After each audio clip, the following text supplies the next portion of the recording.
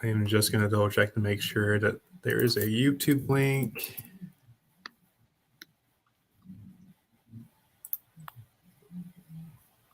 Cool.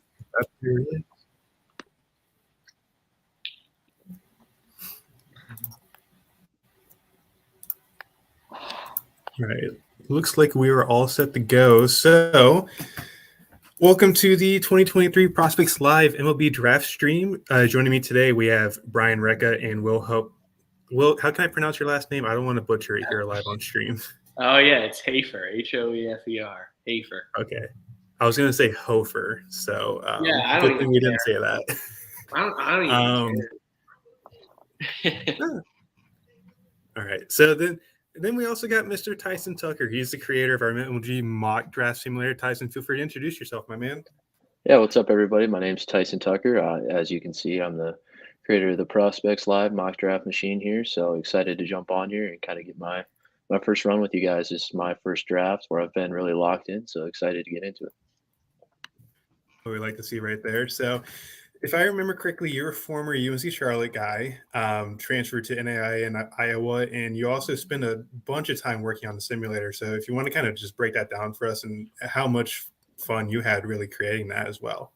Yeah, so it kind of started this last summer. I'm also like an NFL draft sicko as well, and there's 1,000 simulators of those as well. So last summer, I was actually interning at a pitching facility, and I was like, "There's got to be one of these for baseball." Couldn't find one, so got back to school, and it kind of lined up. I have a senior project I had to get done. I was like, "This sounds like a perfect idea for." So for the last 6 months, this has kind of been my baby. I spent a lot of time on it, and I'm glad it found a home at Prospects Live, and it seems to have done pretty well. And excited, a lot of people get to use it. So, heck yeah, and that's the best part too. Having this has been really like a big part of the site being as good as it is. It's like we're proud. I think we're one of the first people to have a similar like this for the MLB draft as well. So it's awesome that we were able to keep it with the site, and I'm happy that you were able to get it all created and all ready to go.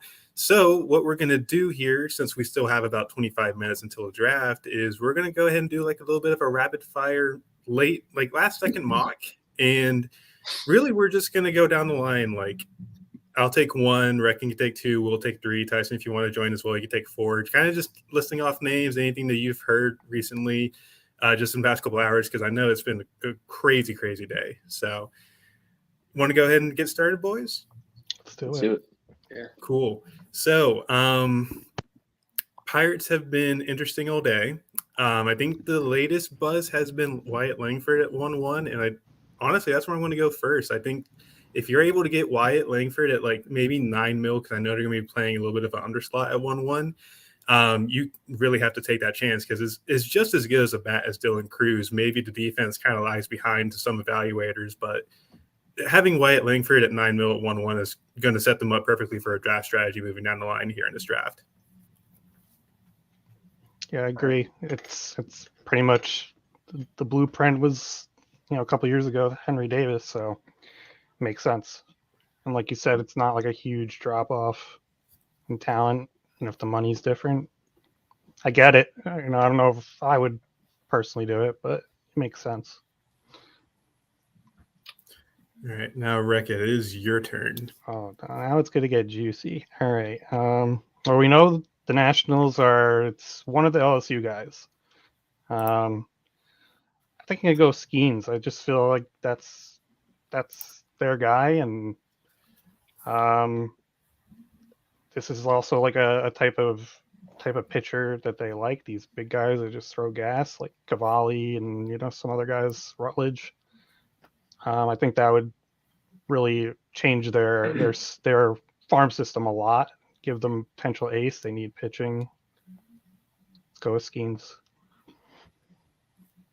I'll just say to that, I think my first piece at Prospects Live, I kind of wrote about Skenes as being a dark horse for 1-1 way back in January, and I threw out a kind of lofty Strasburg comparison, and not that, that's still a great MLB career to have, but it seems like he's certainly trending that way. The 209 strikeouts, like just insane stuff, even exceeded Strasburg at, I think, 195 his draft year. So 209, crazy number.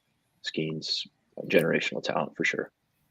Yeah, and I'm pretty sure he's the first collegiate pitcher to break 200 strikeouts in a season since Trevor Bauer, 2011, 2012, I think. Or it might be 2010, 2011. I could be mistaken. And I think he also broke the Ben McDonald record that's been, standing for like 30 plus years. So having that kind of arm talent too is pretty impressive, especially considering the fact that he was also hitting in the fall. So definitely didn't think that this would ever happen. But Will, you're on the clock now. Is the pick a little easier here? That now that you know who the first two are? I guess it is. Dylan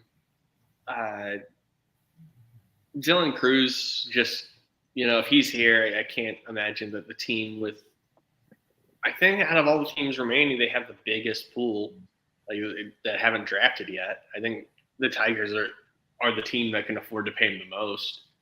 Now, I don't know if Dylan Cruz, how enamored he is at going to Detroit. He seemed like he was very adamant that he did not want to go to Pittsburgh and was willing to price himself out of that to go to Washington. Now, I just don't know, like, if you don't like going to Pittsburgh, I don't know if you're going to really like going to Detroit. But it is what it is. At this point, he's starting to run out of teams with money, and he's starting to run out of leverage. And I think they'll just pay him the deal done. They're thrilled that the best player in this draft has fallen to them at 3. And it's going to be a very it's going to be a good start for Scott as head of baseball ops in his first draft to get a player like this. Absolutely agree on that. Tyson, you're up at number 4. Who do you have Texas going with? Yeah, this feels like a 50-50 spot. It feels like Jenkins or Clark here pretty much. I'm personally going to go with Jenkins. It just kind of feels like it's leaning that way for me. Yeah, this is a tough one. You could tell me either one of these guys go number 4 overall here, and I'd be right with you. But for me, it's got to be Jenkins. So that's where we're at. Gotcha. And I know like Texas is definitely thinking that same thing where like they're kind of waiting to see what kind of happens after the first 3 picks. Probably 50-50 on either prep bats there. So in that case, Minnesota is probably going to end up taking Max Clark here in this scenario. There's some, like you mentioned, it's tough to kind of like grade both those two because they're really, really good in their own respective right. I think Clark is probably a better fit for center field long term, where Jenkins is more of he's going to move to right field, where his arm and his feet will probably play better. But if I'm Minnesota at 5 here, having Max Clark fall into my laps is a pretty good feeling, admittedly. Yeah, absolutely. Yep.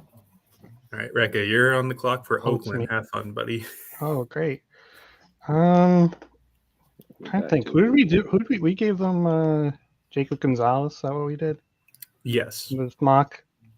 Kind of still. I'll stick with that.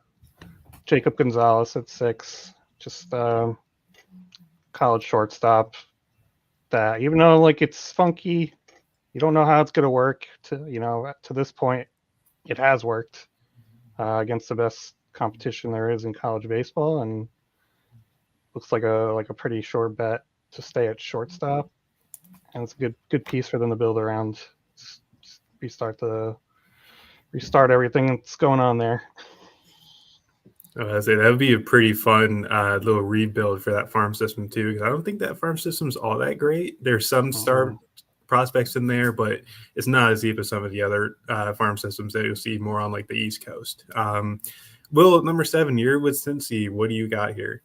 Yeah, I think we had Rhett Lauder as the pick here last time. I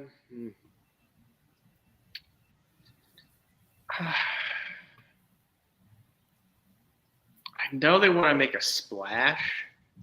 We're hearing, that Lauder's falling into that 10s range. So I think I'm going to switch it up here and say they're going to go nab Kyle Teal for Virginia at this pick. For whatever reason, the last second pivot, maybe, the Teal cancel a little bit louder, no pun intended. But yeah, I just think what we're hearing about Louder now in terms of something in the teens, maybe it's going to be Kyle Teal here instead. I got you. And like Casey at number 8 probably feels a little bit gutted not having Kyle Teal in their lap here.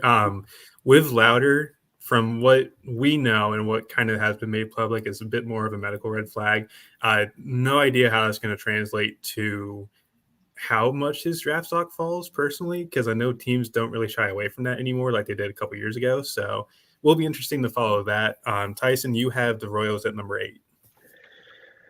Got my pocket pick there. It was going to be Teal for me. It seems to be pointing that way anyway. But without Teal, I think we go to the other catcher, Blake Mitchell. Maybe it's a little bit of a reach, but it feels like this has kind of been linked for maybe some time now. And obviously Salvador Perez, the mainstay behind the dish there for a long time. Getting up there in age, going to need to find somebody to take that role here soon. And it feels like a team that's definitely in a rebuild and can wait on Mitchell to kind of come into his own a little bit, but super impressive behind the plate. So it feels like that's probably where they go for me here. I can see it. Love that. Yeah. And like, I know there's like that little bit of a stinginess with prep catchers, but like Blake Mitchell is probably the best one we've had in 5-10 years maybe. So if I'm KC, that's a very solid pick. Do believe it's Colorado at 9. I feel like they kind of go for whichever arm gets to them. I know Louder is here. I kind of feel like they go with Dolander. I understand he didn't have the greatest of seasons, had a little bit of a rough year. Mechanics weren't quite in sync, not quite the same as what they were last year, but Colorado kind of needs to develop their own pitching because free agency doesn't really do them any services with their kind of ballpark, and they kind of need to develop a little bit. And maybe it's a bit risky to have an arm go here, but at the end of the day, they got to do what they need to do. And I feel like they will end up taking either Louder or Dolander at this position. So, yeah, I agree with that. I do wonder, between Dolander and Louder, like how they would kind of feel about those two. I feel like Dolander kind of, needs a little bit more tweaking. I don't know if Colorado, how comfortable they are doing that. It just seems like Louder just is more ready, like a little bit more, finished product, which they might like. I also don't like, I could see them doing something like Braden Taylor or something at that spot and just, trying to figure out pitching later on. But yeah, Dolander, the ceiling. I mean, I remember one of maybe it was our first board of this spring. When we have him like number 1 or number 2 or something? Like we were really all in on him. we were, yeah. Yeah, so I mean that's pretty. It didn't work out, but still the talent's there, and you still it's pretty good value, and if you think about it that way. 100% agree. And then Rekka, you're on the clock at 10 for Miami. Do not let Smitty down, please. Oh man, that's a lot of pressure. I think they need to change things up. I think like Tommy Troy's a good fit for them, but I'm gonna go Arjun Namala, local kid, young, super toolsy, like certainly has that like star potential ceiling. They haven't had a ton of success developing bats, but I mean, man, there's so much to work with Namala, and the sky's the limit. So it's a good guy to change the narrative, if you will. Yeah. Plus not SoCal, but Southern Florida kid. Yeah. Works out. Stay close to home. So, Will, you're on the clock with 11. You got the Angels. Looks like you're going to be picking some sort of quick riser in this class, maybe. I don't know. I think I'm going to stick with an old tried and true guy, somebody that I know very, very well. I'm going to take Colin Houker at number 11. Wow. I've been around a lot of the guys around here. It's 10.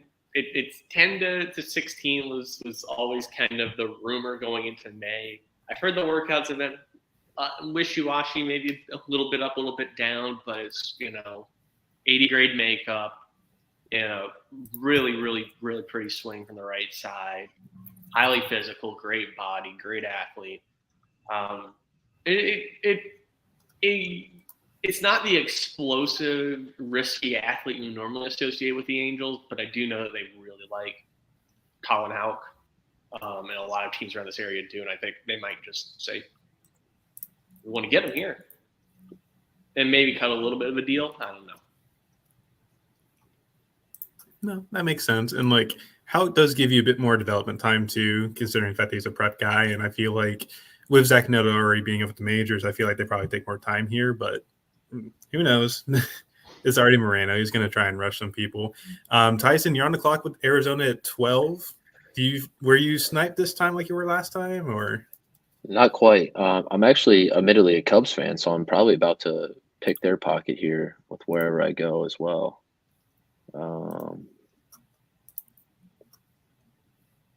In between Braden Taylor and probably Tommy Troy. I'm going to go Braden Taylor. It seems like he's been rising up a few boards, and feels like we talked about him at 6 a little bit. There's talks about him 8 and 9, him getting to 12. I think the Diamondbacks are into that here, and they take him here at 12. So I like it. And yeah, you are correct. And I feel like Braden Taylor is a sneaky pick to go to top 10. You did pick my pocket a little bit here for the Cubs, but I think I'll try and like make it a little easier for you as a Cubs fan. They obviously went for Cade Horton last year and got a little bit aggressive with pitching. I feel like they might do the same again this year. So Hurston Waldrop, come on down. You are now a Cub. Wow. Just down the stretch too, like the postseason run he had was otherworldly good. As that, if you take out that last start in the College World Series final, and it's obviously something that scouts do value, that little down the run stretch. Like Horton last year was basically unheard of and more of like a general top 5 round guy until he went nuclear down the stretch and turned into the 8th overall pick. So I feel like Chicago might be aggressive and do the same thing, and Waldrop kind of fits that bill. And I do trust their pitching development enough to where they can work on the fastball. And, from there, you could have a legitimate ace on the mound. That's the ceiling that you have with Waldrop with the kind of off speed that he has. So I'll go with Waldrop at 13 there. does this make the louder fall real then, after if Waldrop's going before him at 13 then? Yes, it does. Interesting. Yeah. So, Recky, you're on the board with 14 for Boston. Feel free to Sure. go ahead. All right. I say his name incorrectly all the time. I'm going to try my best. Nolan Schanuel. Did I say it wrong again? You're close. It's Shanuel. Shanuel. Oh my God. Shanuel. Like All Daniel, but Shan. Gotcha. Well, I'm taking him for the Red Sox, and that's I think this is kind of the range where a lot of teams are considering him for like that underslot type of deal. The performance speaks for itself. It's a similar thing with Jacob Gonzalez, where it's, you don't know how it works, but it does. And honestly, he was an elite hitter. He showed the same type of skill set in the Cape over the summer, and a guy who can move really quickly for the Red Sox. And they seem to like these guys that have a lot of this like contact approach and bat to ball skills, early in the draft, especially with college hitters. So I feel like it's a good fit. Absolutely. And I do see a comment from Luke W. where he does mention if Namala does go down to the Rays. I do agree on that. I want to make sure I mention some of the comments here. If Namala is at 19, I feel like the Rays do make a run for that. So that is a very good comment there from Luke. Will, you're on the clock for the White Sox. Yeah. I think I'm going to stop the fall here for Jacob Wilson. Or I don't know, maybe relative fall. And I think we're starting to get to the point where he needs to get taken off the board. On lean, projectable athlete, MLB bloodlines, good shortstop defender. I think if he's around at this point, teams have got seriously considering nabbing him, not letting. Really, one of like the only like. With a lot of these college bats, we talked about Tommy Troy, we're going to talk about Matt Shaw, a lot of, and kind of down the line too with Bryce Matthews. there's not a whole lot of buy-in that a lot of these guys are going to stick at short. Wilson's probably got more buy-in than those three guys. At least I think he does to stick at shortstop. So I think at this point, even though college is more about performance, specifically offensively than position on like the prep scene where it's like you've got to be like just got to be buying this guy's a shortstop.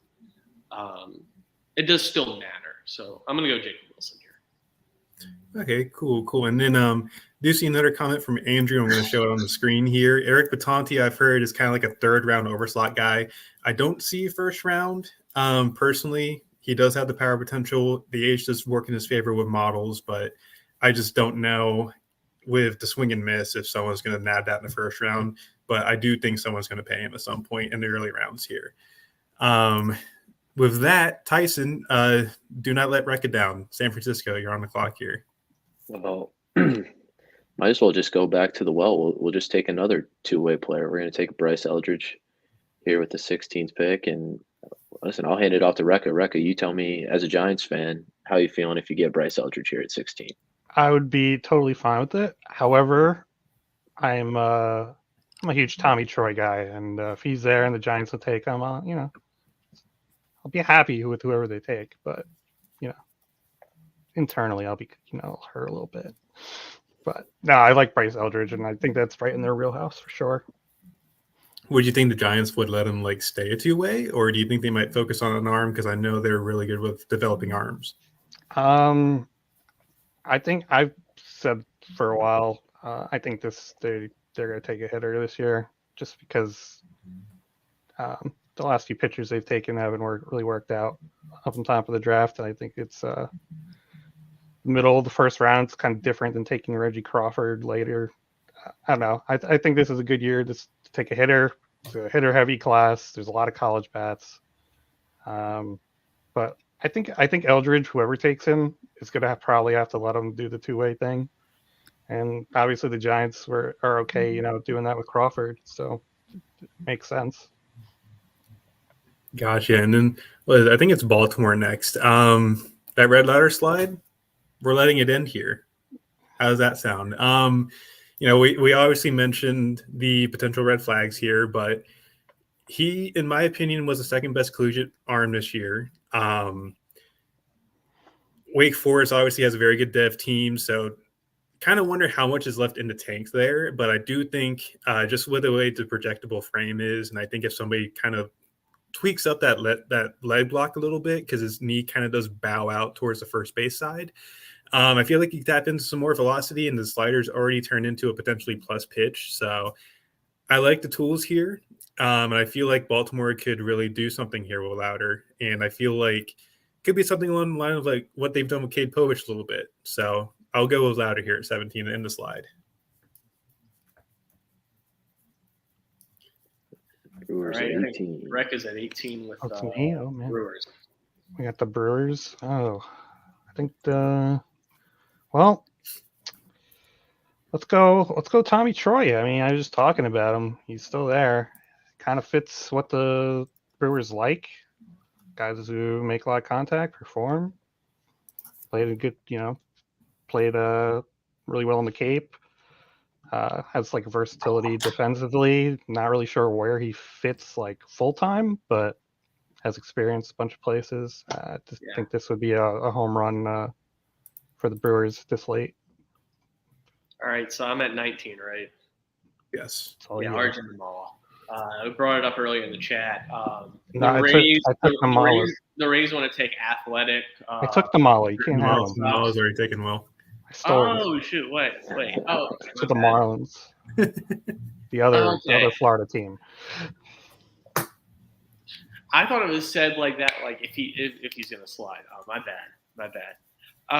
Yeah. Can I get a list of who's available still? Sure. So we've got Bradfield, Meyer, Bradfield, yeah. Case Davis. I think it's gonna be a Matt Shaw. Oh yeah, I forgot about him. I think in lieu of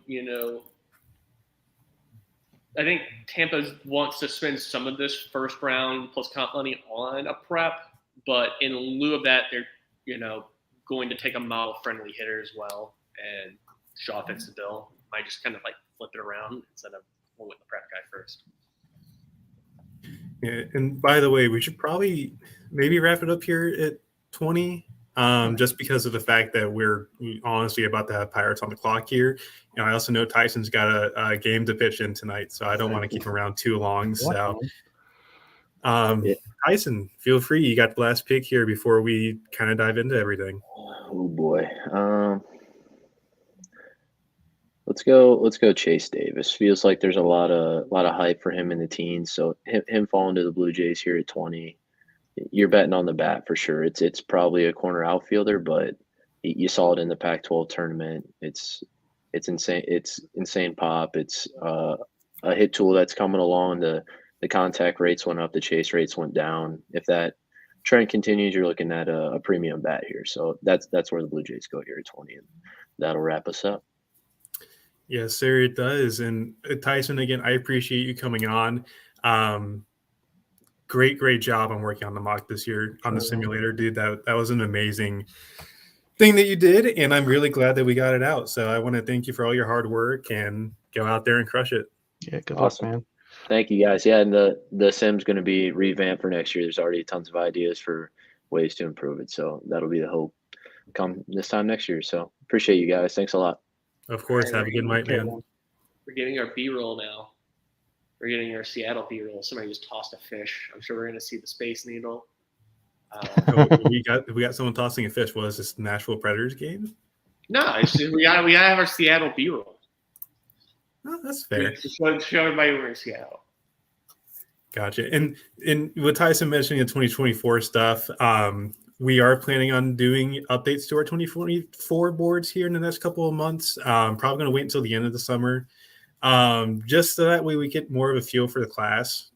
We kind of already have started to dive into it, but I've gone out and seen some of the high school guys. I've seen the college guys. I want to try and see some more of that before we get some definitive stuff locked in on that. Also, we've got two really important prep events back to back. We've got PG National this week happening in conjunction with the draft for the first few days. And then right after that, everybody comes to Georgia for 17U. So it's a lot of smoke will be, and then just right around the corner from that is East Coast Pro. So it's just, I think the other thing about that's making it hard to do 2024s right now is that with how the draft is working this year, and how everything was spaced out event-wise. National Elite, which is also another sneaky big event, it's happening right now.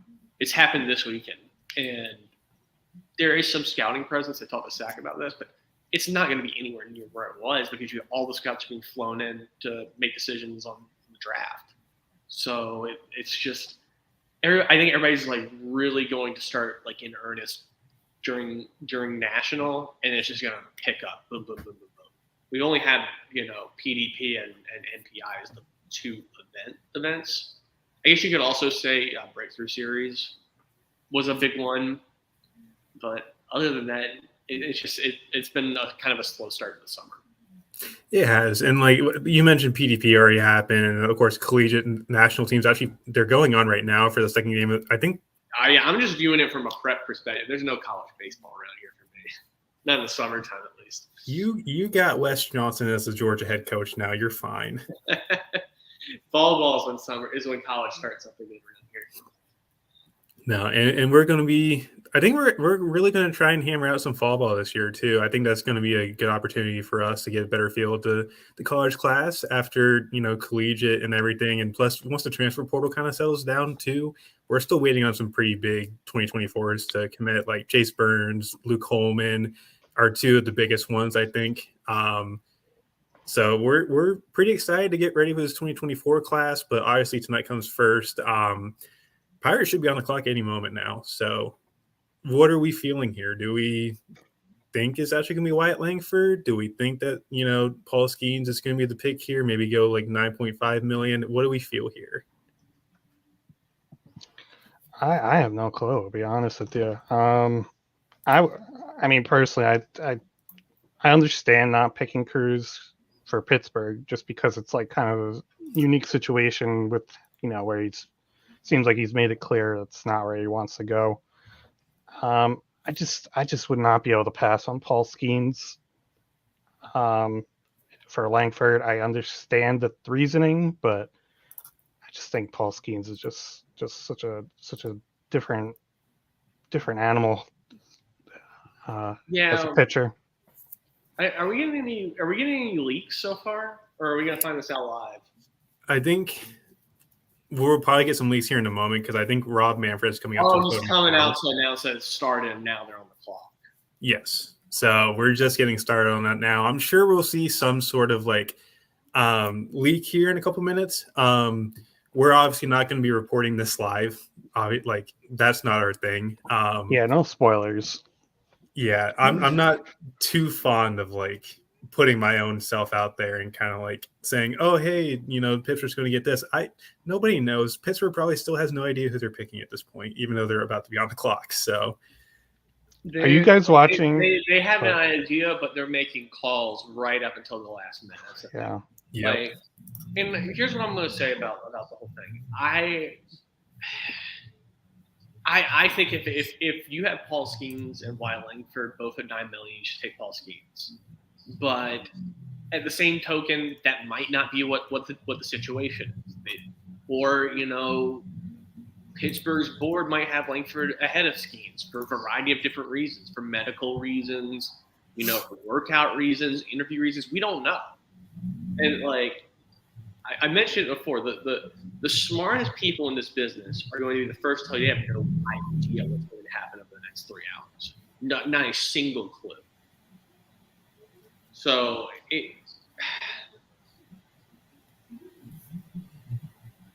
I'm just watching it. I thought he was about to say what the first selection is going to be. I was like, oh, hang on. Are you guys watching the ESPN one or the MLB Network one? I do have the ESPN one pulled up. I have the ESPN one. Me too.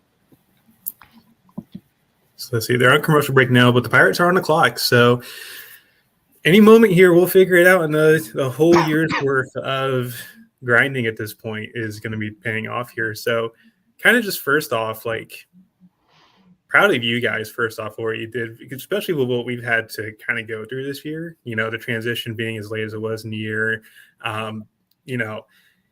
It was tough. It was admittedly tough. And obviously we're not the same as what Joe was. And I don't want to compare myself to Joe. I love Joe to death. He's a great guy. It gives me a bit more of appreciation of what he was doing behind the scenes, jumping into the role that he had. So it's been fun. I can't wait to kind of start on a clean slate and have like a fresher start for 2024. But want to thank you guys for your hard work going into this, as well as everyone else on the draft team as well. Blake's out there on the Cape right now, crushing it. We have a couple other guys that are going to be joining us later on tonight that are going to be doing a fantastic job in the 2024 ranks. I'm very excited for this. So, yeah, me too. Yeah, I think like the clean slate thing is such a big part of it. It's like we did, felt, understandably, it felt like we were, scrambling, kind of like playing catch up mode down the stretch, and the way things went, to be expected. I think we did the best we could, and it went pretty well considering. But now we know it works. Well, kind of like what everyone's role is, what everyone's wheelhouse is, and we can go from there, and just make things better and better as we go along. Absolutely. And like, I think we've shared this enough this year to where it's like we were all really stressed out once everything happened. Like, I remember getting on the first like board call with you guys, and I saw the board and I was like, oh, this is going to be a mess to deal with in like early April. But it was fantastic. We did what we needed to do, and we got everything fixed up. So I say we did a pretty. I'm already looking forward to 2024 because it hasn't happened yet, and we don't have.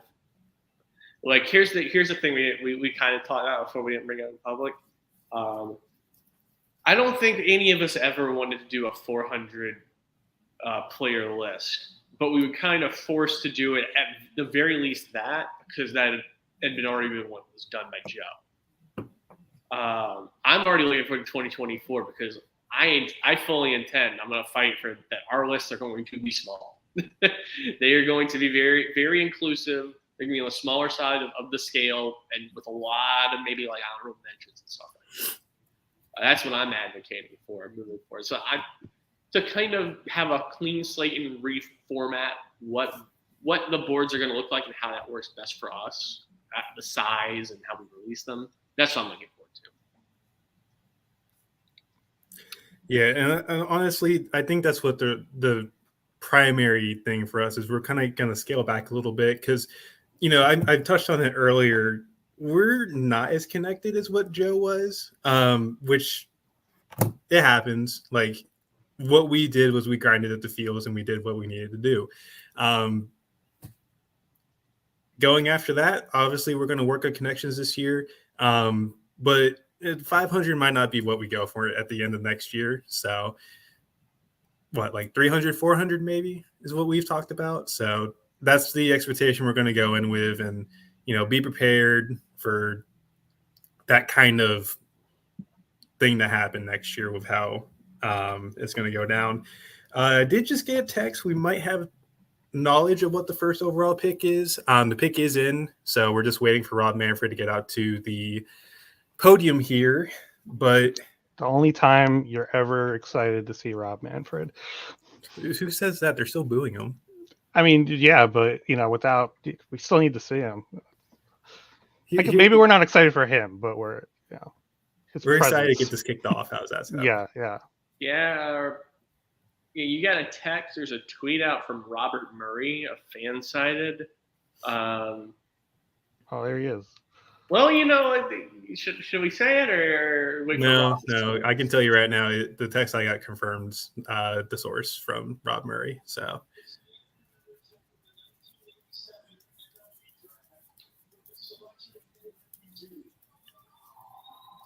And there we go. It is. I'm a little behind. He's talking about Ken Griffey Jr. for anyone else? He hasn't selected it yet, but I might as well just say it now. It is Paul Skenes. Paul Skenes is going to be your first overall pick. Very interested to see what the number is going to be when he signs this. But Pittsburgh gets one of the best, if not the best, pitching prospect we've seen in the past 10 years. So feel free to elaborate, guys. What do we think about this pick? Well, I'll go in first. I don't know about you guys, but I got to see Paul Skenes pitch on 2 occasions down the stretch in May. And one of the things I remember distinctly talking about in regards to Skenes is he will set up on the far side of the rubber at all times. He's going to get as far away from the opposing hitter as possible because he wants to run his fastball away. And I was talking with a Pittsburgh guy about this. And what he told me was, now imagine what's going to happen when he gets into our system. We start encouraging him to pitch inside with his fastball and throw the slider off that. That slider's already nasty. But now that it's, it's not coming off of 2 completely different tunnels, like a fastball down and away, like down the middle and away, and a slider that starts inside and away, then they're all the same tunnel, it can be really nasty. So, yeah, I'm not surprised. Because nothing is going to surprise me. I'm prepared for everything to be a surprise. But this is what we thought it was going to be for the past month. Had some kind of scuttlebutt day of with Wyatt Langford. But to me, Skenes and Cruz are in an S tier, whereas Langford might be in like an A+ tier. Langford's really, really good. Really, really good. But to me, these are the 2 guys that can be foundation pieces, not building blocks, foundation pieces for a playoff World Series contending team. Those are the 2 guys. 100% agree. Yep. And if you're able to agree on something with Skenes that wasn't $10 million, that's what made sense to me. If $9 million, if Langford was going to take 7.5, then we're having a whole different conversation. If Langford's only going to take 8.25, we're having a tougher conversation. They're both at 9. And we were kind of overthinking it, I thought. Yeah, a little bit. And you mentioned the whole he stands on one side of the rubber. I've seen, granted, me and you have both seen him. I got him for 3 innings at South Carolina before the Lightning kind of ruined it. But he'll stand on the third base side of the rubber for, I do believe, lefties, and then it'll be the first base side for righties. So he's intricate. He knows what he's doing. And considering that Paul Skenes this time last year was like 92, 95 of a generic fastball with a short slider and a decent change, and now he's, here we are, we're like 96 to 101. Like, let me tell you something. People are sleeping on that changeup. He just didn't have to throw it. That's the only difference. He didn't have to throw it. He could just be fastball slider in the SEC, and look at what he did. He was the most dominant pitcher, arguably, in SEC history. Like, when he starts throwing that changeup 10-15% of the time and gets work done, it's going to be nasty. People are sleeping on that pitch big time. And I'm gonna get on a roll here if I'm not careful. But like, it was always aggravating that people say, "Oh, he's a 2-pitch pitcher." No, he throws 2 pitches because that's all he needs to throw. He's got a third pitch. He's got a curveball that's longer off the slider. There's stuff to work with here to make him a full arsenal pitcher. But even if he's just 3 pitches, like, those 3 pitches are going to be ranging from above average plus to double plus to potentially A grade. So. Yeah, and the weird thing too with his slider, I'll kind of show it here. He has like a bit of a spiked slider grip. So it's a little interesting. And plus, we've talked about the fastball shape. I think that's been a big topic the past couple of weeks, just on Twitter alone. Like, yes, it's a sinker. Yes, it's a 2-seamer. It doesn't have the greatest vertical break to it that you've seen from a traditional 4-seamer, but he hides the ball very well. You don't see it until he releases it. It comes on you very quickly. And the best part of it is he's still got a whiff rate over like 30. It's like 35% on a whole season. That's really, really good. And you mentioned the changeup as well. Like, that thing is potentially like an above average pitch moving forward. You got a really, really solid pitch mix there. I think that Pittsburgh has done a very good job here. Rekka, do you have any thoughts? Yeah, I mean, we were just talking about it. Like, I just don't see why you would pass on him unless you're just so afraid of taking pitching. Which, I mean, if you're not willing to take, if you're so afraid to take pitching, then you're not going to take Paul Skenes. It's like, you might as well just not draft pitchers ever. Like I don't know. Like, this is like, you should never. If you're to me, it was just like, if you're that afraid, then you're just take all your pitchers.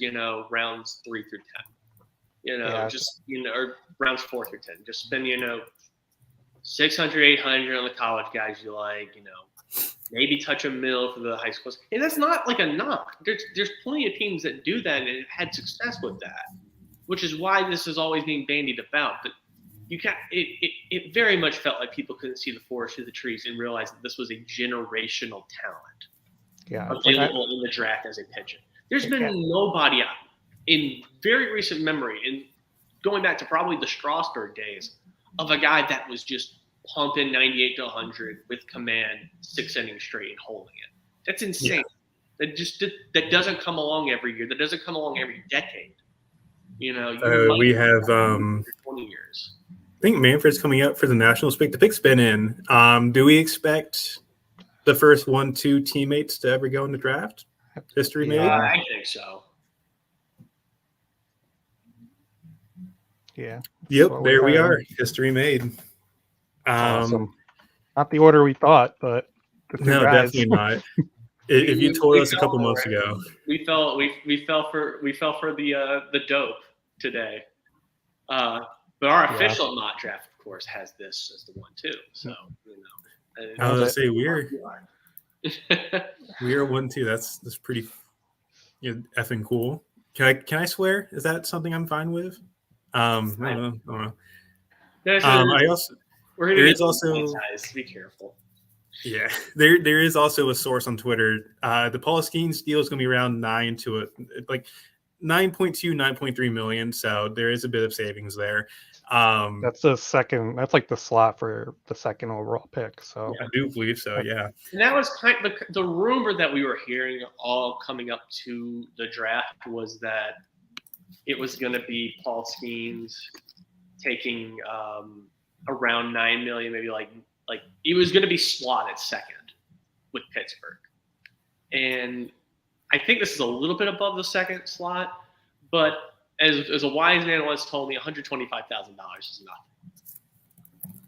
nothing. $125,000 is 10 guys on day 3 is one of 10 guys on day 3. It's nothing. If you like a guy and you can't go 100 to 200,000 on him more, you really don't like the guy. Yeah. And let's see here. So what was it? We had Langford at 3 to Detroit here. Kind of moving forward to the next pick here.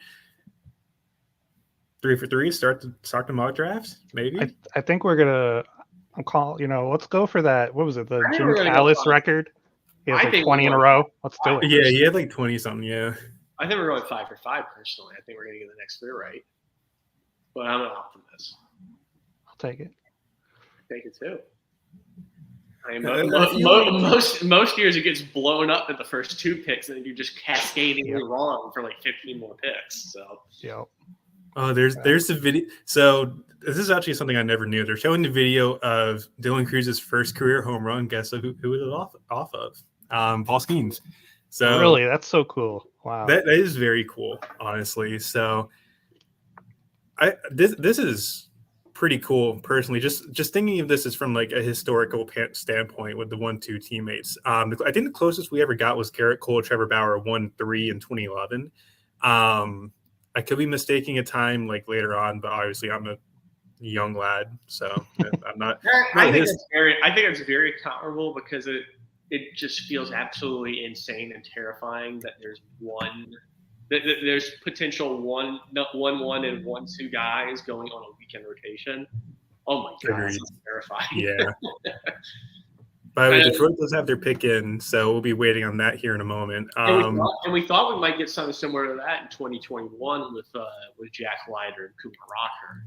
Yep. It ended up being 110, and of course we know what happened at 110. So I think it was 210 actually. Yeah, 210. No, like first overall 10th pick to the Mets. Right? Oh, you're right. Yeah, and Leiter was 1-2. Sorry, yeah. Mm-hmm. But then he ended up being 1-3 the next year. So, I mean, it was like 1-2, 1-3. That is also very true. It's a big ass for us, but, Plus, it's like, with 2-3, the 1-2, with like, the 2-3 is not as good. Like, that's right here. And winning the NCAA championship. It's another big deal. Absolutely. And like, say Dylan Cruz did go 1-1, he would have been the first player all time to win the Golden Spikes, win a national championship, and be the first overall pick. That would have been very nice, actually. Yeah, but I don't think he's complaining too much. He's like, because like I talked about it earlier. That the scuttle is he really wanted to go to Washington over going to Pittsburgh, and I assume that he's going to get paid more than 9.25. Maybe he gets paid somewhere in the same vicinity, but I think he's still going to make the most money out of anybody in this draft, and he's going to where he wants to go. 1-1 would have been nice, I suppose, but we also talked about it before. 1-1 at this point, if you're willing to take 1-1 and less money, then that's an ego decision. More than a common sense decision. I also feel like it's very, you have to think back to like what happened with Dylan Cruz arriving at LSU. Like there was a time when he was considered the best high school guy and kind of dropped enough where people weren't going to give him the money he wanted. And he ended up at school, and now if we don't have COVID-19. Yeah, and it's agreed. Yeah. By the way, we have the Tiger selection coming up. If I had to guess, it's probably Wyatt Langford here. Wow. It's not Wyatt Langford. It's Max Clark. Ooh. Okay. So that creates a little bit of a now interesting we're starting situation. to get now we're getting our mock blown up. Oh no. He just took an extra pick. Yeah. Interesting. So that's actually a fun pick. I like Max Clark here. They kind of say local, I guess. Like Midwest, yeah. Now, remember what the rumor was. The rumor today was that Cincinnati thought they might be able to slide a big name down to number 7. Is Langford the big name? could be. I was thinking maybe even Walker Jenkins falls a little bit. I was thinking even Texas could overpay here and then just kind of say screw it, just to get their guy. Well, From what I know with Texas, they really love Clark. They really love Langford. And I've been told if they get Langford into their lap, they will pull the trigger. Now, obviously, that could just be like a smokescreen. I've experienced that firsthand a couple years ago. So that could be what it is. But I feel fairly confident that Wyatt Langford is going to be the pick here at 1-4. To talk about Max Clark, too, like this is a guy with a very big personality. This also could be someone that has 500,000 followers on Instagram in a couple of years when he debuts. So like, yeah, I like the pick, and he's going to stick in center field. I kind of wonder what would end up happening with like Riley Green moving down the line, maybe move him to right field. But I really like this pick for Detroit here. This is another guy that, in terms of physical tools, is right at the top of the board. We're talking about. What was his best time in the 60s? Like once they got down to 6'3", 6'2", in the 60s. Yeah. Something like that. Yeah, I think it was like a 6. I've had him clocked on ground balls from the left side at like 3.7, 3.8. Like it's 70 to 80 grade speed. You know, there's above average raw power, a plus arm. I believe he was 94, 95 on the mound from the left side. Yes, which tells you the caliber of pure hitter that he is. That he was 94, 95 for the left side and wasn't even considered that he was ever going to be a two-way player. No, he's hitting. No, like as much as you can get, like take Frank Mazzucato as an example. Like a couple years ago, where teams really do value that kind of like prep southpaw with velo. This isn't the same scenario. Max Clark's a way better hitter. Oh yeah. This is the one question that everybody's gonna have with Max Clark versus Walker Jenkins is personality and does it fit the organization? You have to be sure that you can handle a personality like Max Clark's personality. If you can, I think he's the better pick over Walker Jenkins. If you can't, then Walker Jenkins is going to be the guy. You have to be able to understand that this is, a very highly confident, talkative, public-facing personality. It's different than a lot of what the traditional guys want to see out of a prospect. If you understand that and can deal with that and nurture that, you've got a star in your hands here. I no question. But a star level prospect, there's always a risk that somebody gets hurt, what have you. Double what and another thing is what happens when he gets to Double-A and he gets off the 200 for a month and a half. We never know those things with a lot of these guys who are 17, 18-year-old kids. But that's the kind of talent here. This is always the pure baseball talent. I think Clark was always ahead of Jenkins. See, I personally, somebody's confidence is, someone else's cockiness or, whatever. I honestly think the Max Clark, he is, very much on social media and, hypes, kind of has his own hype train going. Part of me feels like that's just going to be the new normal, guys. Like, even for high school guys, like that's just the society we live in. And that's how young people are today. And honestly, we see it in other sports already. I think baseball is just catching up. And, 5 years from now, this is going to, it's just going to be like, whatever. No one's gonna have like a negative feeling towards it.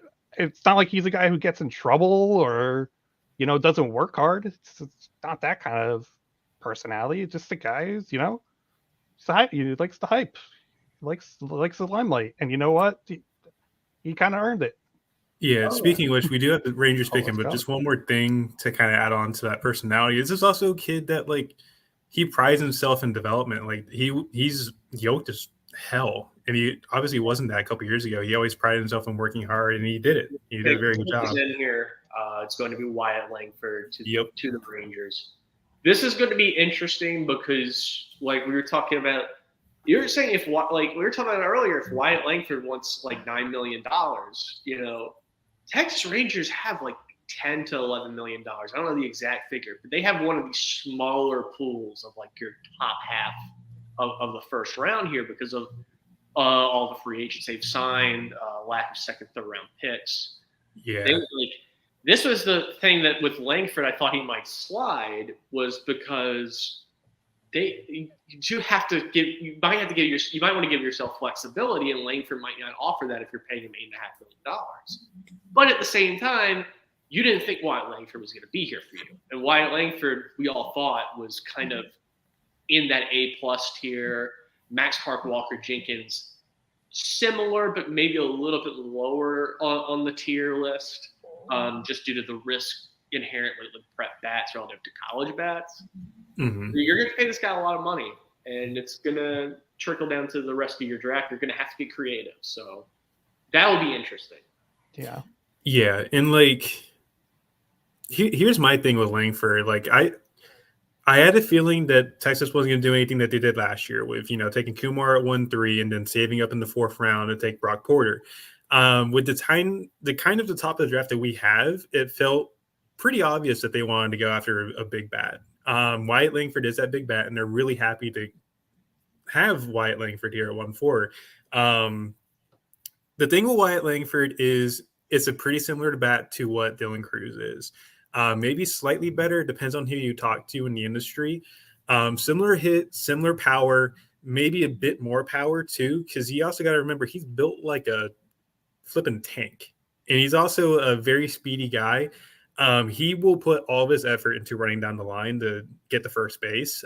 He did that against South Carolina and ended up trucking Gavin Cassis into next year. So, but obviously the biggest issue with Langford is the defense a little bit.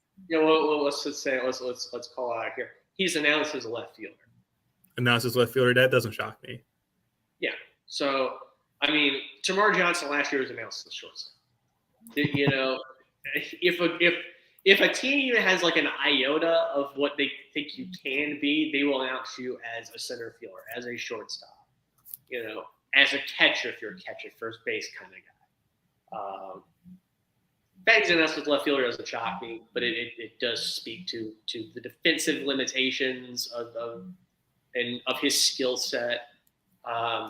Not necessarily the best jumps off the bat. It's more of kind of what's the best way to put this? You're talking about like he really likes to bust down the line. When he picks him up and gets going, it's fast. It's not as bursty as Dylan Cruz is. Yeah. It looks like he's trying hard, whereas a lot of times Dylan Cruz, it's a lot smoother. Yes.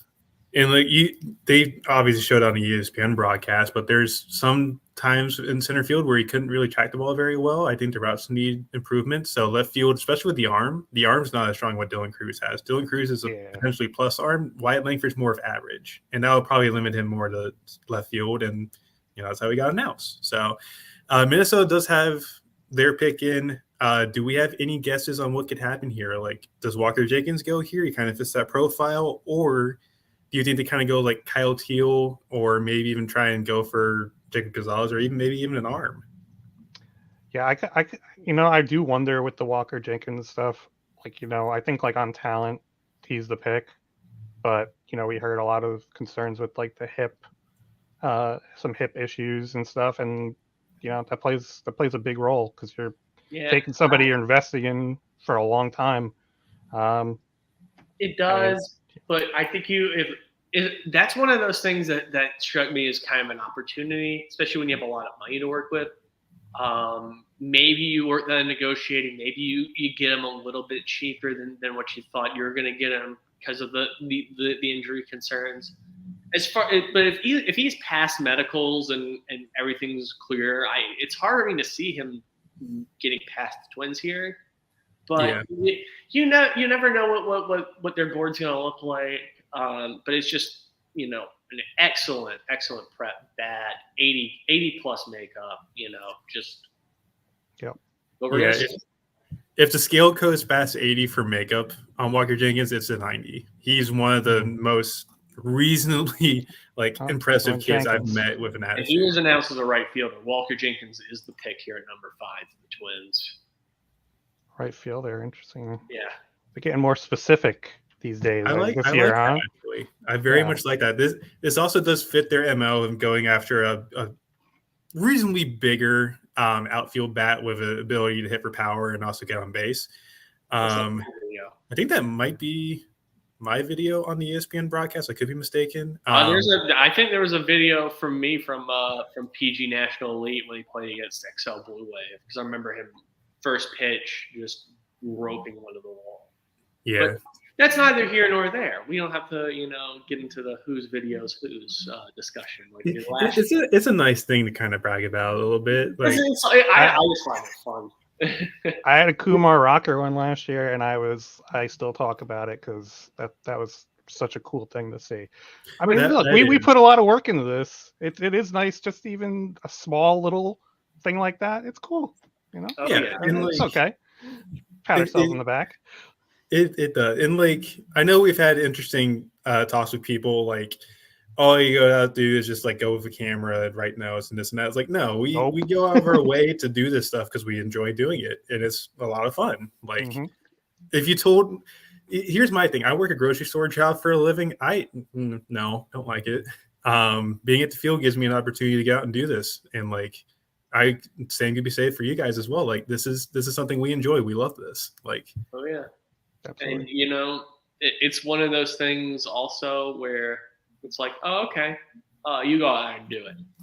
Mm-hmm. You coordinate the schedules. You find out who the guys are, who the guys aren't.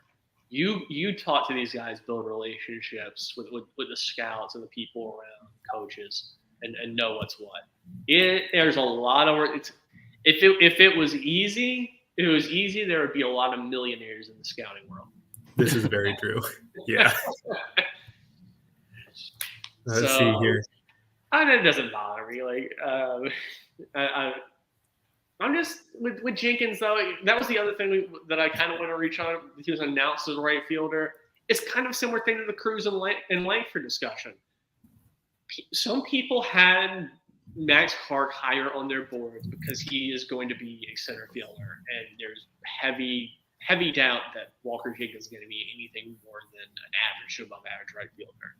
Yeah. And at the prep level, I think that's specifically pronounced, rather than the college level where you see so much production at that. You have all this data. You have all this performance against velocity that you're so confident in what the offense is going to be.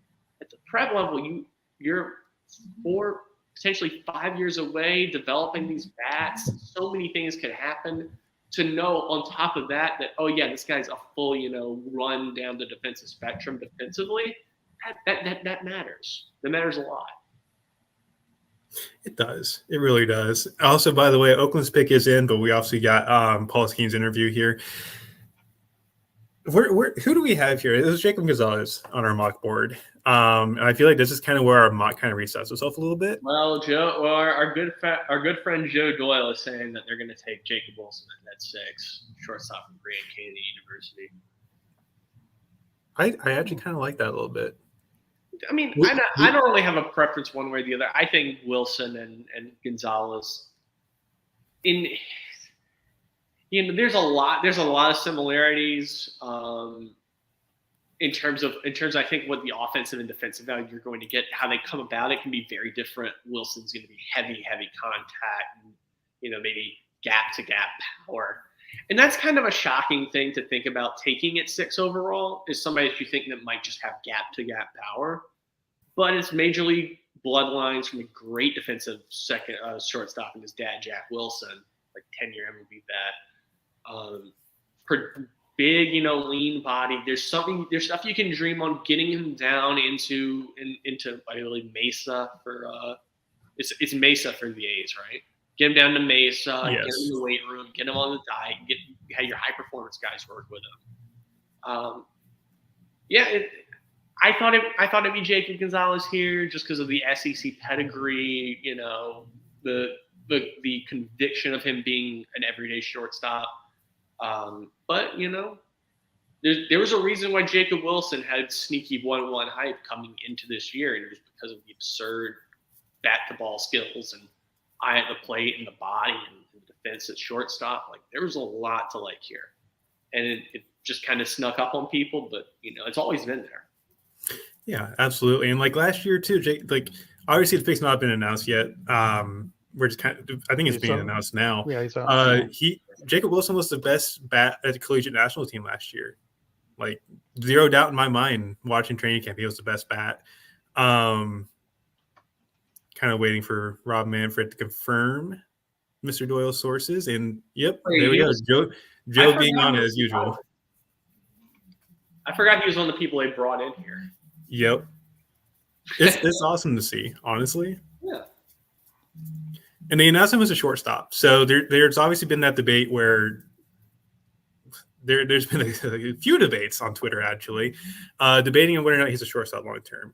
Right. Those debates happened so long ago. I've forgotten about that. I missed that. Yeah. You're different people back then.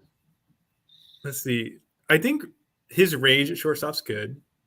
I feel like he's going to be tried out there first, obviously, because he's been announced as one. Do you think he gets moved to second base down the line? Maybe. It's possible, but like, it's just to me, it's really hard to bet against Jack Wilson's kid that he's not going to stick a shortstop long term. This is also true, yeah. This to me, like, and I know that's a very scouting thing to say, but it's just like it is what it is, There's a reason there's a lot of second generation ball players, It's also bloodlines are very much valued, by the way. There is a question I kind of wanted to talk about here while we have Jacob Wilson meet with the commissioner. I think the fact that you're seeing Jacob Wilson go 6 overall tells you how highly bloodlines are valued. Yes, very much so. So there is a question here that I do want to kind of start a discussion on with Blake Mitchell. I think personally, Blake Mitchell, if you're the Royals, you consider him and Teal, depending on since he does here at number 7. But if he doesn't go to the Royals, do you see Blake Mitchell falling a little bit just because of that stinginess with the prep catcher demographic? And if so, where would you see him going? Do you think it's like back into the first round? Because I feel like that might be what ends up happening with Blake Mitchell. It's so hard. Like, we're talking about like how nobody knows where Noble Meyer's going. I don't know how you can know where Blake Mitchell's going to go other than the Heat with Kansas City. And if they take Kyle Teal, I don't know where he lands. I really don't. It's a prep catcher. Like, it's just gonna boil down to who he had the best workouts with, who he had the best interviews with, who's even the best price to. Like, so many things that we don't know, and it's just very variable. There's, it's such a small demographic and such a volatile one that it's hard to get a feel for where they're going to go. And it's like it's the same with prep pitching. That's a large demographic, but even more volatile. So you just kind of you think maybe like Tampa. Like, to me, like you have to start looking at teams with money.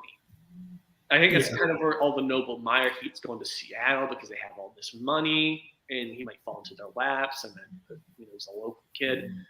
It's not necessarily the same with Tampa, but I think you sort of have to start looking at teams that have money and can leverage that to get Blake Mitchell. So, I think we talked about the particular skill sets here because it's it's an 80 arm. It's an 80 arm. It's great catch and throw. Big raw power from the left side. Hit tool has, been up and down, but there's a lot of dream on. High caliber athlete. Another guy where pitching was considered a backup option for him because he's 94, 95 on the bump. We're talking a very, very talented player. They're all considered the first round, but just to give a background on the player here. Is there anybody else with that kind of money though, that like that Tampa money that Seattle's obviously the big one, 3 picks in the first 30. Even Yeah. but Maybe if you're Pittsburgh, you kind of flow them down to the comp round pick, but at that point, I just don't know how much you'd be doing, especially even if you have, like it's been reported, like a 9.25 mil for Paul Skenes. There is a tweet out there. I do believe it is again from our good buddy Doyle, Rhett Lauder to Cincy. Nothing confirmed just yet, but the pick is in. Okay. This is something I've heard since the ACC tournament out in Durham.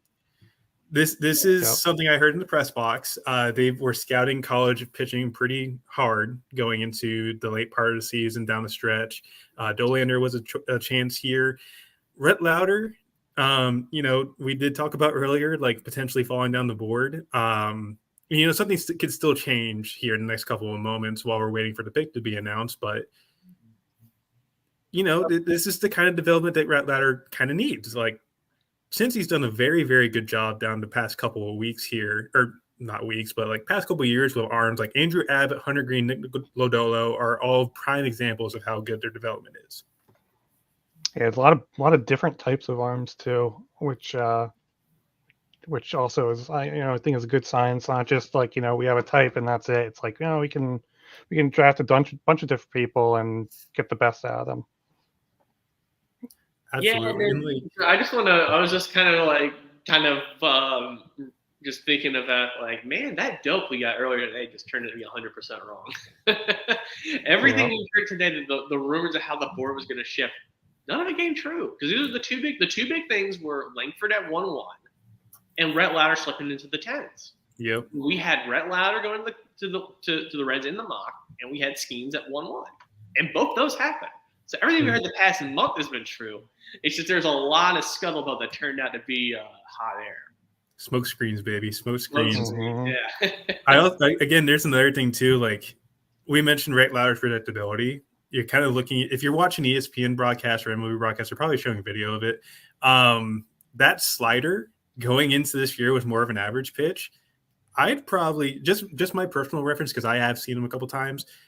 I think it's plus. I probably had it as like above average when I saw him at Clemson with the changeup being like it was plus shape. He was just using it very weirdly. He was like backdooring it and like it was a very weird approach against at that point I promise you was a bad Clemson offense. It was the last time they were a bad Clemson. But they were a bad Clemson offense at that point. And he was pitching like, backdooring and stuff. I'm like, just attack him. What are you doing? But yeah, changeup's been regarded as plus. I think it's safe to say it is a plus pitch. Slider's definitely improved. Those are good whiff rates, good opposing batting average are shown on the screen now. 42% whiff, 182 opposing batting average. Yeah. And he's throwing it at like 86, 88. Like this last year at this point, it was maybe like 82, 83. So you're looking at a big jump in velocity. Spin's been up there at like 26, 2700. It's not the sweeper you usually see like what Paul Skenes has where he gets like 15 inches of sweep. It's more of like a 2-plane break, some gyro, some sweep. And it works. He can land it consistently away with the command that he has. He could throw changeup inside to righties that can just buckle him up. And, the fastball shape, okay, it's a 2-seamer with some sink. It's not the greatest shape. I don't think he actually ever intends to miss some bats with it, more of just being like the ground ball pitcher, so his floor is a little bit higher. Well, but let's talk about who you mentioned it specifically with the Reds. Who did they take 7th overall a few years back? Nick Lodolo. Sinkerball pitcher. Like it's not you can develop guys with a 2-seam. It's not a death sentence if you have a 2-seam fastball. If it's effective and if it gets off the average shape of a fastball, it's usable and it can get outs. It might not all be whiffs, but it's going to get outs. I just had to say that because I thought it was a very, very fitting that the Reds are taking another sinkerball pitcher with the 7th overall. Yeah. No, that's a great. And like, what is Nick Lodolo's out with like a stretch fracture right now too, if I remember correctly? Yeah, till August. Really? Until August? Yeah. That's not great. I'd say that as a person that has experienced stretch fracture is not fun. But but I was also running on it and not throwing on it, so it's a bit different. I think maybe. Where was the stretch stretcher at? Was it leg as well? Yeah, 100% sure. Yeah, and that leg stretch stretchers are not fun. Personal experience. Don't ever do that. I don't recommend it. Royals do have a pick in at 8. Kind of wonder who this is going to be. I feel like if Kyle Teal dropped here to this point, Casey bites the bullet here. I think they've been heavily in on Kyle Teal here the past couple of weeks. It's all going to boil down to, I think it's going to be Kyle Teal or Blake Mitchell here, and it's just going to depend on what they had down the board. If they see something that I'm sure they're still talking back and forth in the room about this. Well, the pick's in now, but up until this point, just as kind of like what can we float down the board if we take Blake Mitchell here at 75% a slot or 80% a slot, whatever the price would be.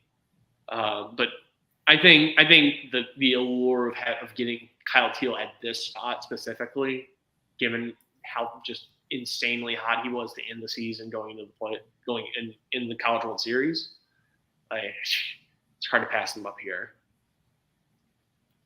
Very true. Plus, like I think we've talked about this before too, where I think Kyle Teal got to campus. He was more of like a stiffer defender and more athletic with the bat. Now it's kind of flip-flopped a little bit to where Kyle Teal was like a premium defender at catcher, and you wouldn't think that considering the fact that he's built like a shortstop. Like it's stiffer, more uppercutting motions with the bat. It's like, what happened? Just everything turned upside out. The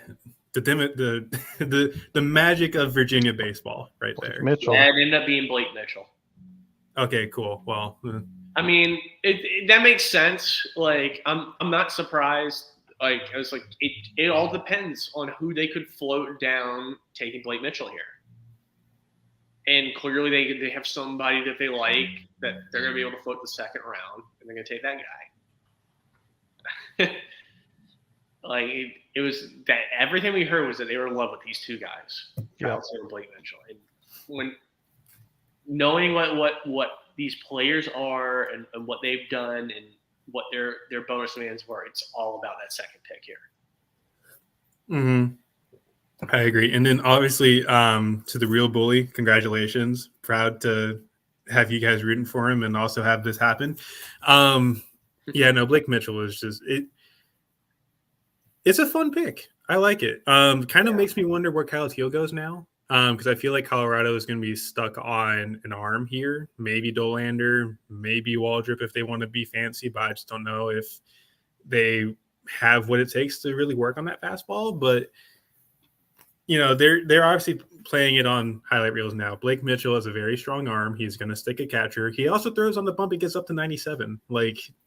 That's pretty fun. And not to mention you have that field hit plus the power from the left side. This feels very, very good for KC. Maybe a bit riskier, but either which way, he's one of the safest prep catchers we've seen in the past 10 years. Yeah, but there is that in here. But I think it is risky, all things considered. I'm not as enamored with the hit tool as everybody else, but I did get a bad look at him in East Coast Pro where he kind of did struggle with fastballs. But, I mean, you could see the bat speed. You see it in BP. He's definitely got big raw power. You have to look at the whole player, too, and he hit, a good bit at all the other events.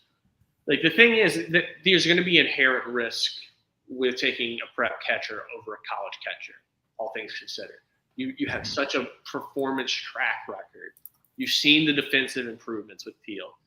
What you're doing here is you're accepting that risk at a discount so you can get somebody in the second round. I keep going back to it. That's what this is all about to me right here.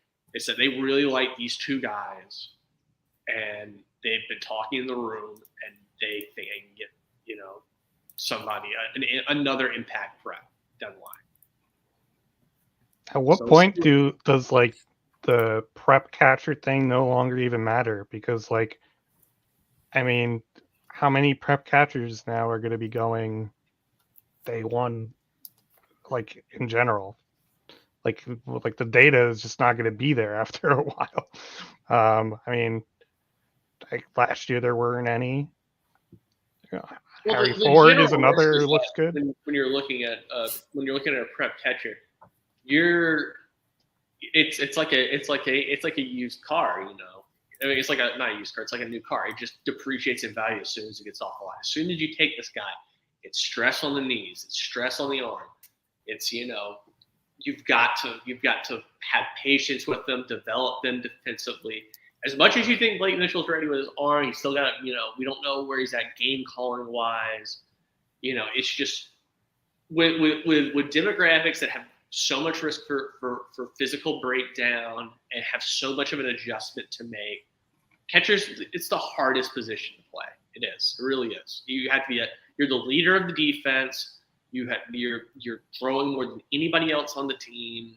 You've got to be quick, and you have to simultaneously be quick and athletic, but also big enough to handle the physical rigors of the position. So you have to be big and quick, which is just it's oxymoronic sometimes. So that's the risk with prep catching. It's just such a physically demanding and, you know, mentally demanding position that it's so hard to project what that's going to turn out in 4 to 5 years time with somebody that, you know, that's just turning 18. So I know I don't want a tangent there, but I don't know. It's also there's also so few talents like that get considered here that it's a small sample size. It's like it's a survivorship bias almost. Let's see. And the Rockies' big is in. I do have a question here from a Marlins fan wondering what prep shortstops and third baseman can the Marlins draft at kind of an under slot pick here. No, they're not allowed. Not allowed. Yeah, I was saying not allowed. We do have the selection for the Rockies coming up here. Prepared to be shocked a little bit, maybe. We haven't had a surprise yet. I want a surprise. We don't. The we Rockies are the team to do that. Dollander, here we go. It's gonna be. We mentioned it earlier. I think I had him on the pre-show. You did. Did we? Wow. Did we mock Dollander at 9 to Colorado? Let me double check. We did that, the actually, pregame show. Tyler did it. Yeah, no, Dollander. This feels pretty fun, honestly. Like I obviously mentioned earlier, where I don't know if they really changed it or changed much with the mechanics. Really, it just feels like it's a simple fix, personally. Yeah, but this isn't the organization that has had the best track record with fixing pitchers, and it certainly is the organization with the biggest adjustment for pitchers to make, for anybody to make. It's just the nature of the environment of Coors Field is going to make it so hard to recover week after week, and it's going to have an effect on the pitch shape. It's also like throughout their minor league system too. There's just like a lot of bad pitching environments, and maybe that's like a strategic thing, like to kind of like get them used to it. But that's why you do Asheville. It's gotta be frustrating as hell for if you're struggling through that. I don't know. I love Dollander. I think he's gonna turn around, but I don't know. This is not where. I mean, it's a tough landing spot. Oh, we did get them both correct. Oh.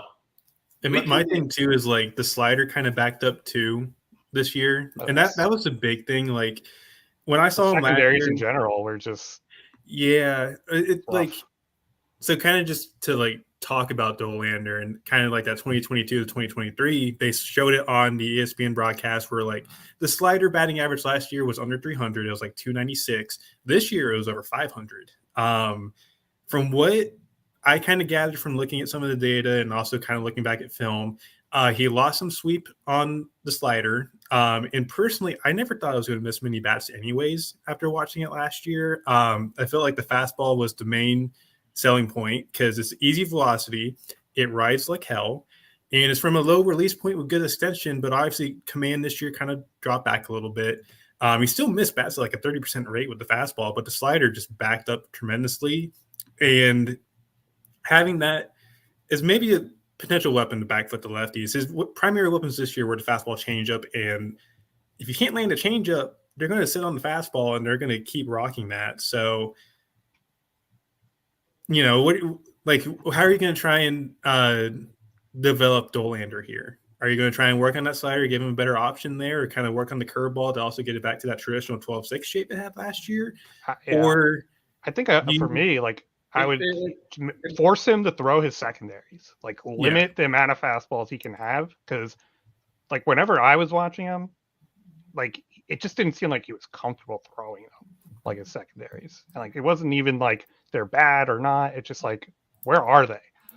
It was just too many fastballs, and it just didn't look like he was comfortable. So getting that feel back, I think, is first thing on the list. I agree with that. And like dialing in the fastball command too, I feel like if you get the fastball command back to what it was, you got something to work with here. So I'm going to try and get one of our guys on. Ooh. I am sending him the invite right now. The guy we're going to be bringing on, William Mann, our South Carolina guy. He works with the team. There we go. So it's going to be – I don't think we've actually ever introduced himself properly to the site. I have met him. He's a very good kid. And I think we actually got Miami in their pick in. Might be interesting on this pick. I may have just got a tip off on it. Oh, boy. That's interesting. So let's see. We're getting William on here. Do I tell? So here's the first thing. Joe tweeted it. You might as well be able to say it. Okay, yeah, Noble Meyer. Yeah, it's Noble Meyer, and that's a fun development fit, actually. It really is. It really is. We were talking about what Noble Meyer. Nobody had a feel for where this guy was going to go, just because with prep pitching, we saw it with Dylan Lesko last year. We saw it with Nick Abel in 2020. To a certain extent, I think we saw it with the 2021 class of prep pitchers as well. Andrew Painter kind of fell a little bit too. Painter fell a little bit. It's just it's hard to get a vibe for where prep pitching is going to go, because everybody gets a bit squeamish about drafting a prep pitcher, because it's a guy that it's a young budding arm that you're almost in some cases you're almost just preemptively planning for when they're going to blow something, whether it's an elbow or a shoulder, and how you're going to deal with that. It's a rough, rocky developmental path for anybody, and you just get a wide variance of how much risk people are willing to tolerate, how much talent do they see, how confident are they in their development staff to get the most out of them, how confident they are in their strength training to keep a player like this healthy. Like it's so much variance on talent alone, though. This is right about where you would expect Noble Meyer to go. Yeah. I think on our board he's right around 10 overall. Yes. I think we have him marked to 15 too. So like, here's my thing with Noble Meyer. Like, this is also a kid that like wasn't on a ton of radars. Kind of getting into the summer circuit last year. His big coming out party was that PDP event where earlier in the week against Thomas White, he was like 91 to 94. Like, you can see there's stuff there. The slider's really good. Comes out for one inning, is touching 98 like 3 days later. And he continued to hold that throughout the entire summer. And he sat 92, 96. People I've talked to, where was he at PG National? That was what I thought was his big coming out party. 95, 99. Yeah, with like a 3,000 plus spin slider. Yeah. That was to me, that was the big, okay, this guy's a first rounder. We just don't know where it is yet. Yeah. And like the biggest thing too, I think this year, obviously adding the curveball, because it gives him another thing that he can spin perfectly. Like his initial start, I think he had 26 breaking balls over 3,000 RPMs to spin, which is pretty nutty to think about. Also, the changeup kind of changed a bit too. Like last year, he showed it a little bit. It kind of felt like a little bit of a smaller two seam, bit more velocity. It was kind of touching 89, 90. Then he comes out this spring, and it was more like 83, 85 with dynamic sync. It looked very much different than what it was. The biggest issue that I've spoken to with some people is that they want to see him use it a bit more, because he's really relying on that fastball, curveball, slider mix, which, it's already good as it is. It's a plus slider with an above average curveball and a plus fastball. If there's anything that you kind of want to knock him on, it's the fastball shape. But I've spoken to some people who think that he can live with it because he can still miss some bats with it and miss the barrel up in the zone.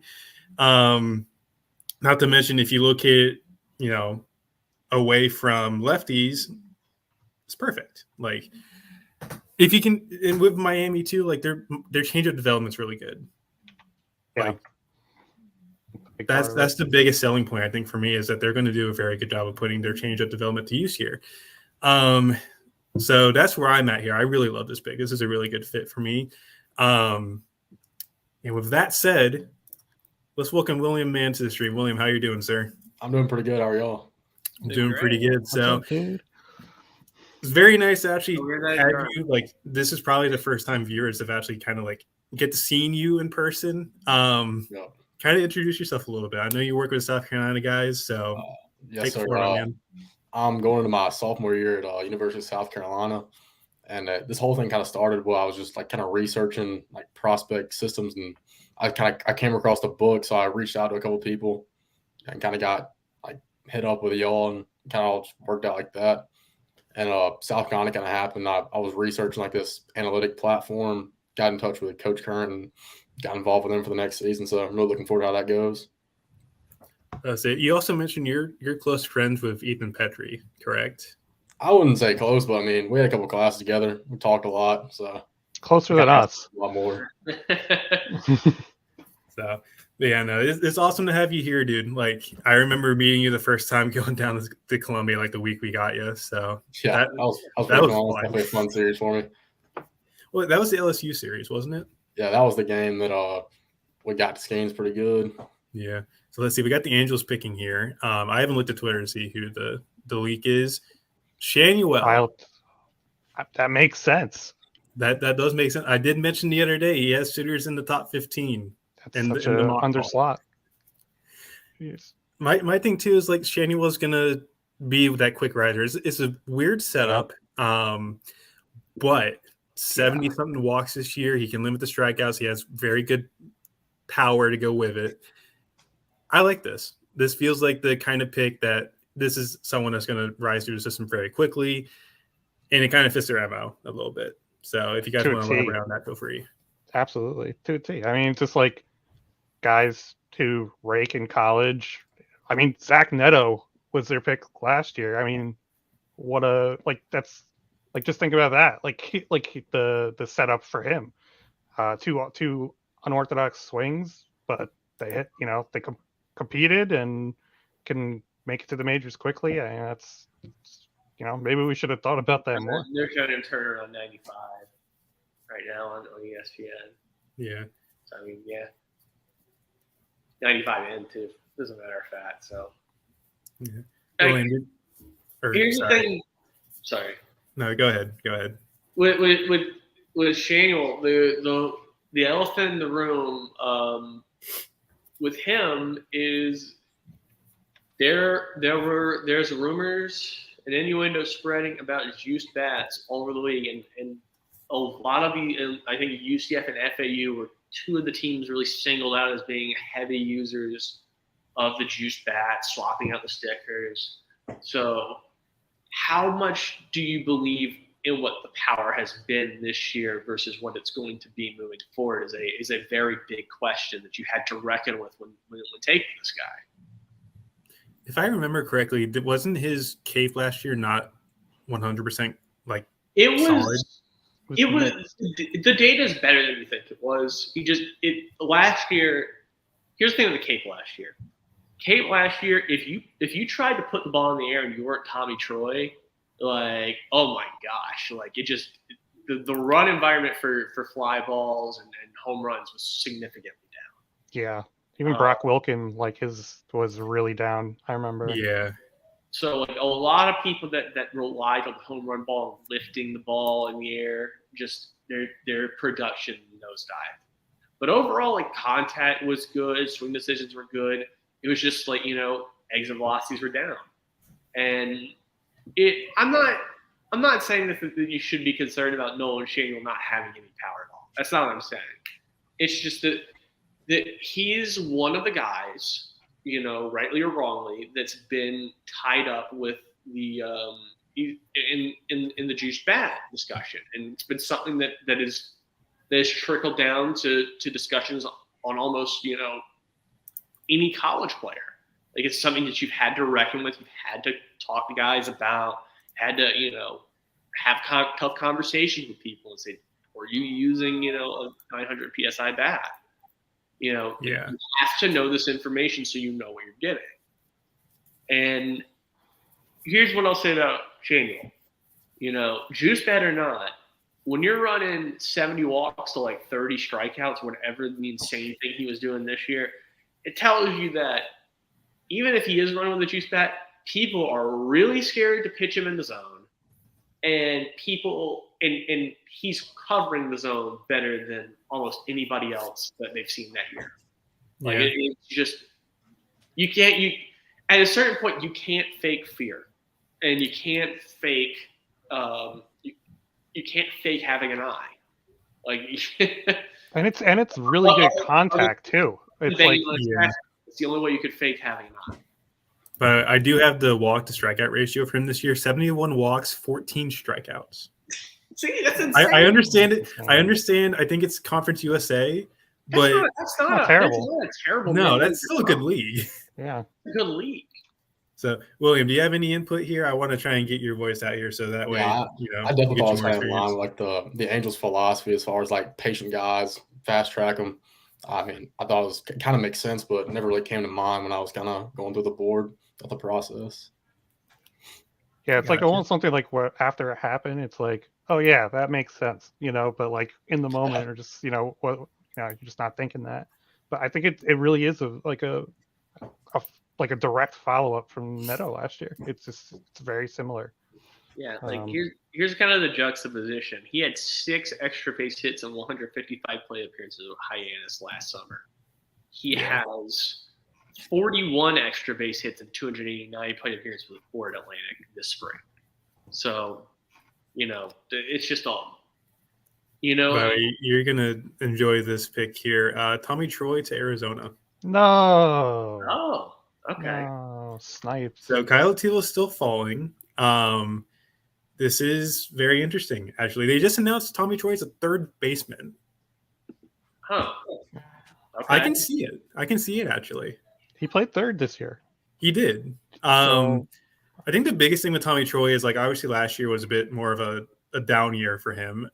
Came out this year, I think he had like a foot injury like halfway through the season, but he came back and he's like, the swing decisions got better, the contact got better. He's hitting for more power. He's a bit more, filled out like projection wise.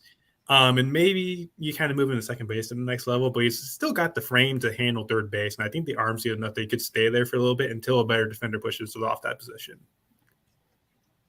Yeah, I just think he's going to hit. I think like not the same type of player, but just like very, very similar feel that I have for him and like Matt McClain from UCLA. Just like undersized guys who just hit.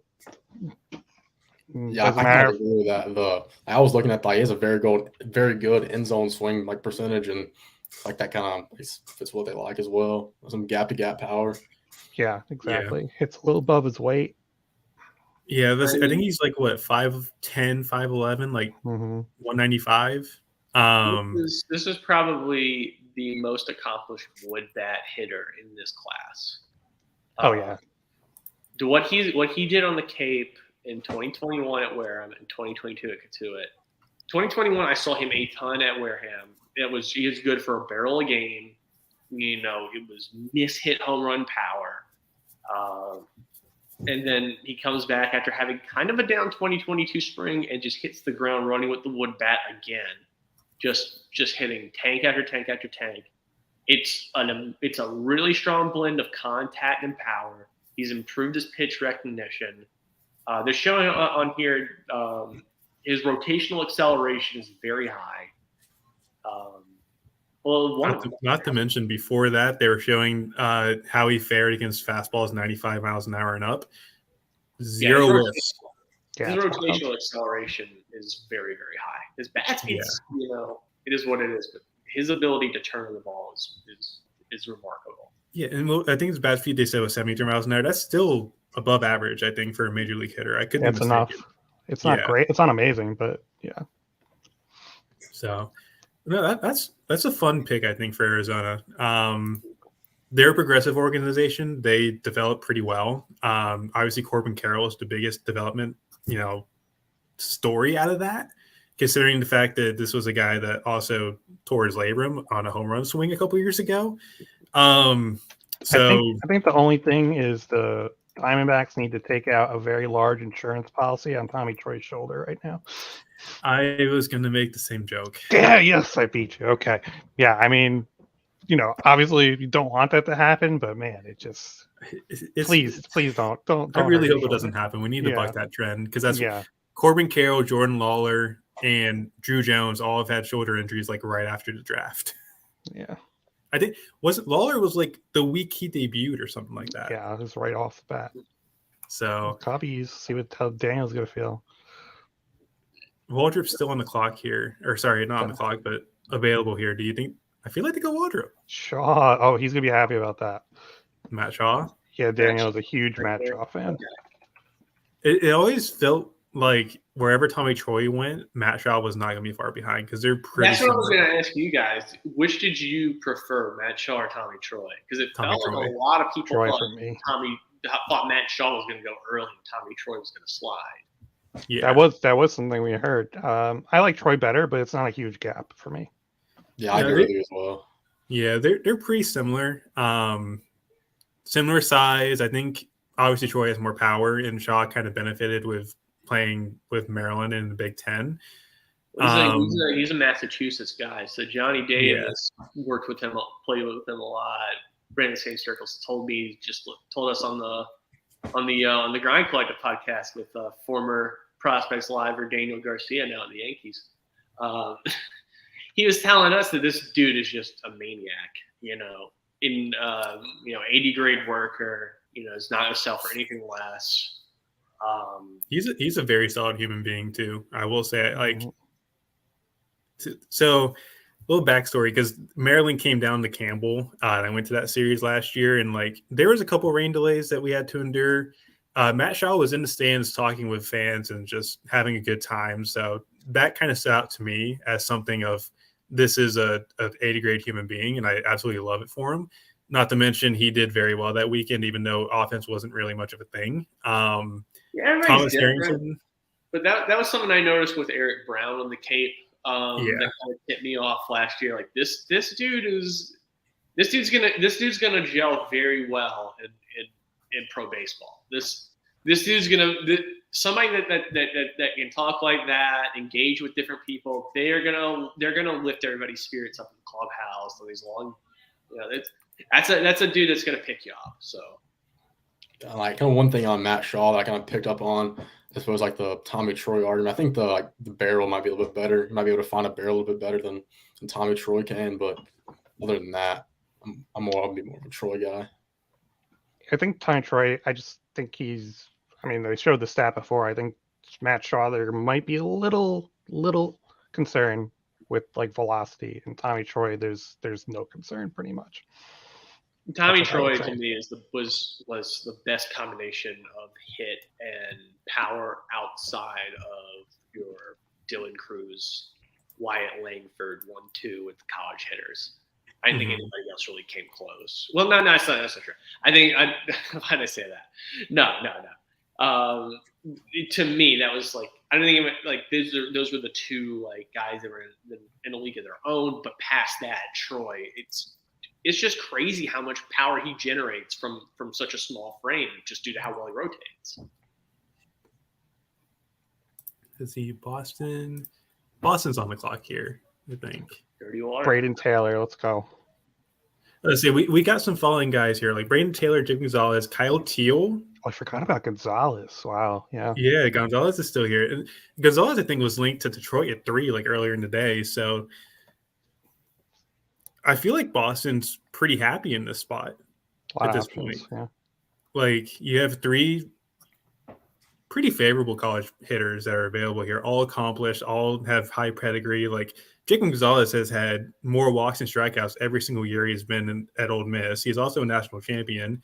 Kyle Teal has, obviously been like, I think he's the third best collegiate bat in his class. And then who was the other guy I mentioned? There's Amala.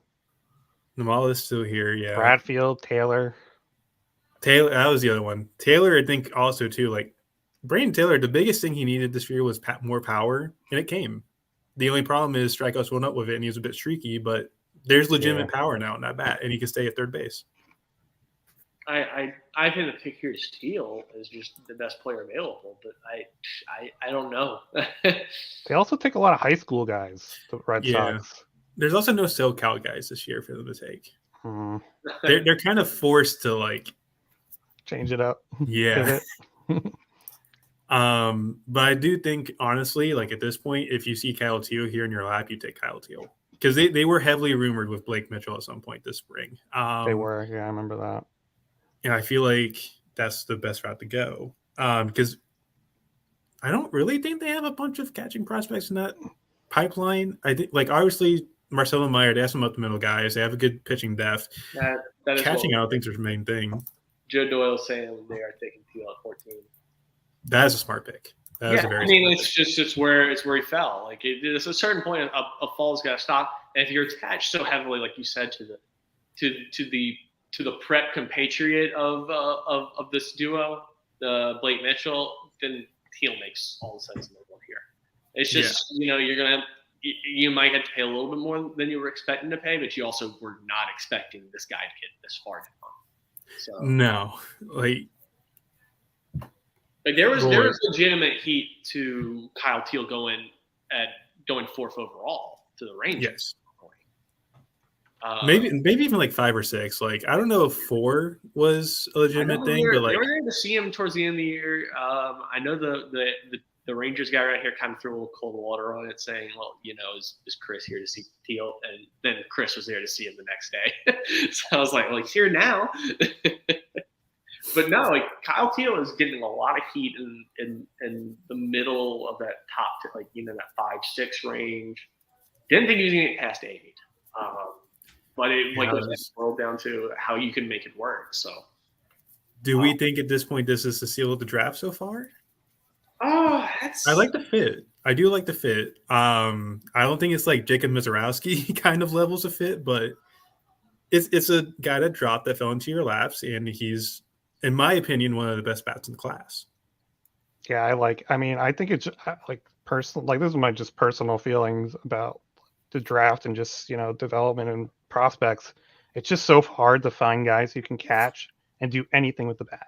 It's like you were just talking about the Red Sox like catching like in their system, and you're like, oh, there's not really anything, but it's like, yeah, and that's true for so many teams. It's not just the Red Sox. That is also, yeah, that is, and it's this is somebody who has proven he can hit, and he's done enough to show that he can stick behind the plate. So again, like right there, like you're one of the best. You're already one of the better catching prospects in baseball just because of those things.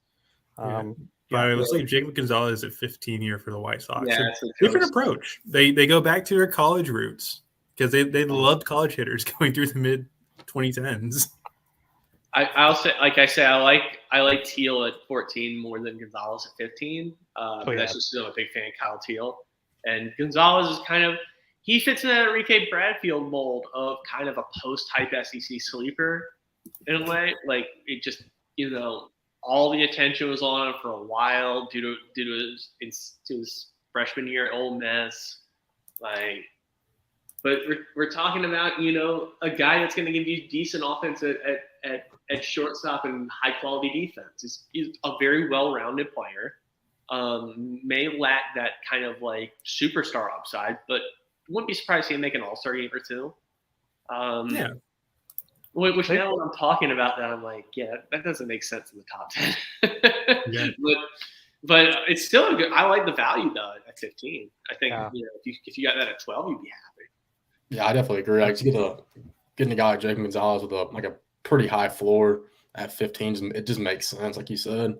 And, Tim Not much Anderson, the downside. last year of his contract, they're going to need and it's not looking like the White Sox are necessarily in a position to be, to be signing free agents. It looks like they're kind of headed towards a retooling at the very least, if not a rebuild. And this is, a perfect, guy to bring in. You think quick mover in the situation as well.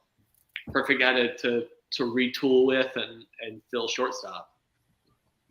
Just a very stable pick. Is this Giants time? Oh, it's White Sox. Yeah. No, we're still waiting for the White Sox. Come on, Rob. Move on here. Hey, at least we're moving faster than antsy. the NFL draft, all right? Oh my God.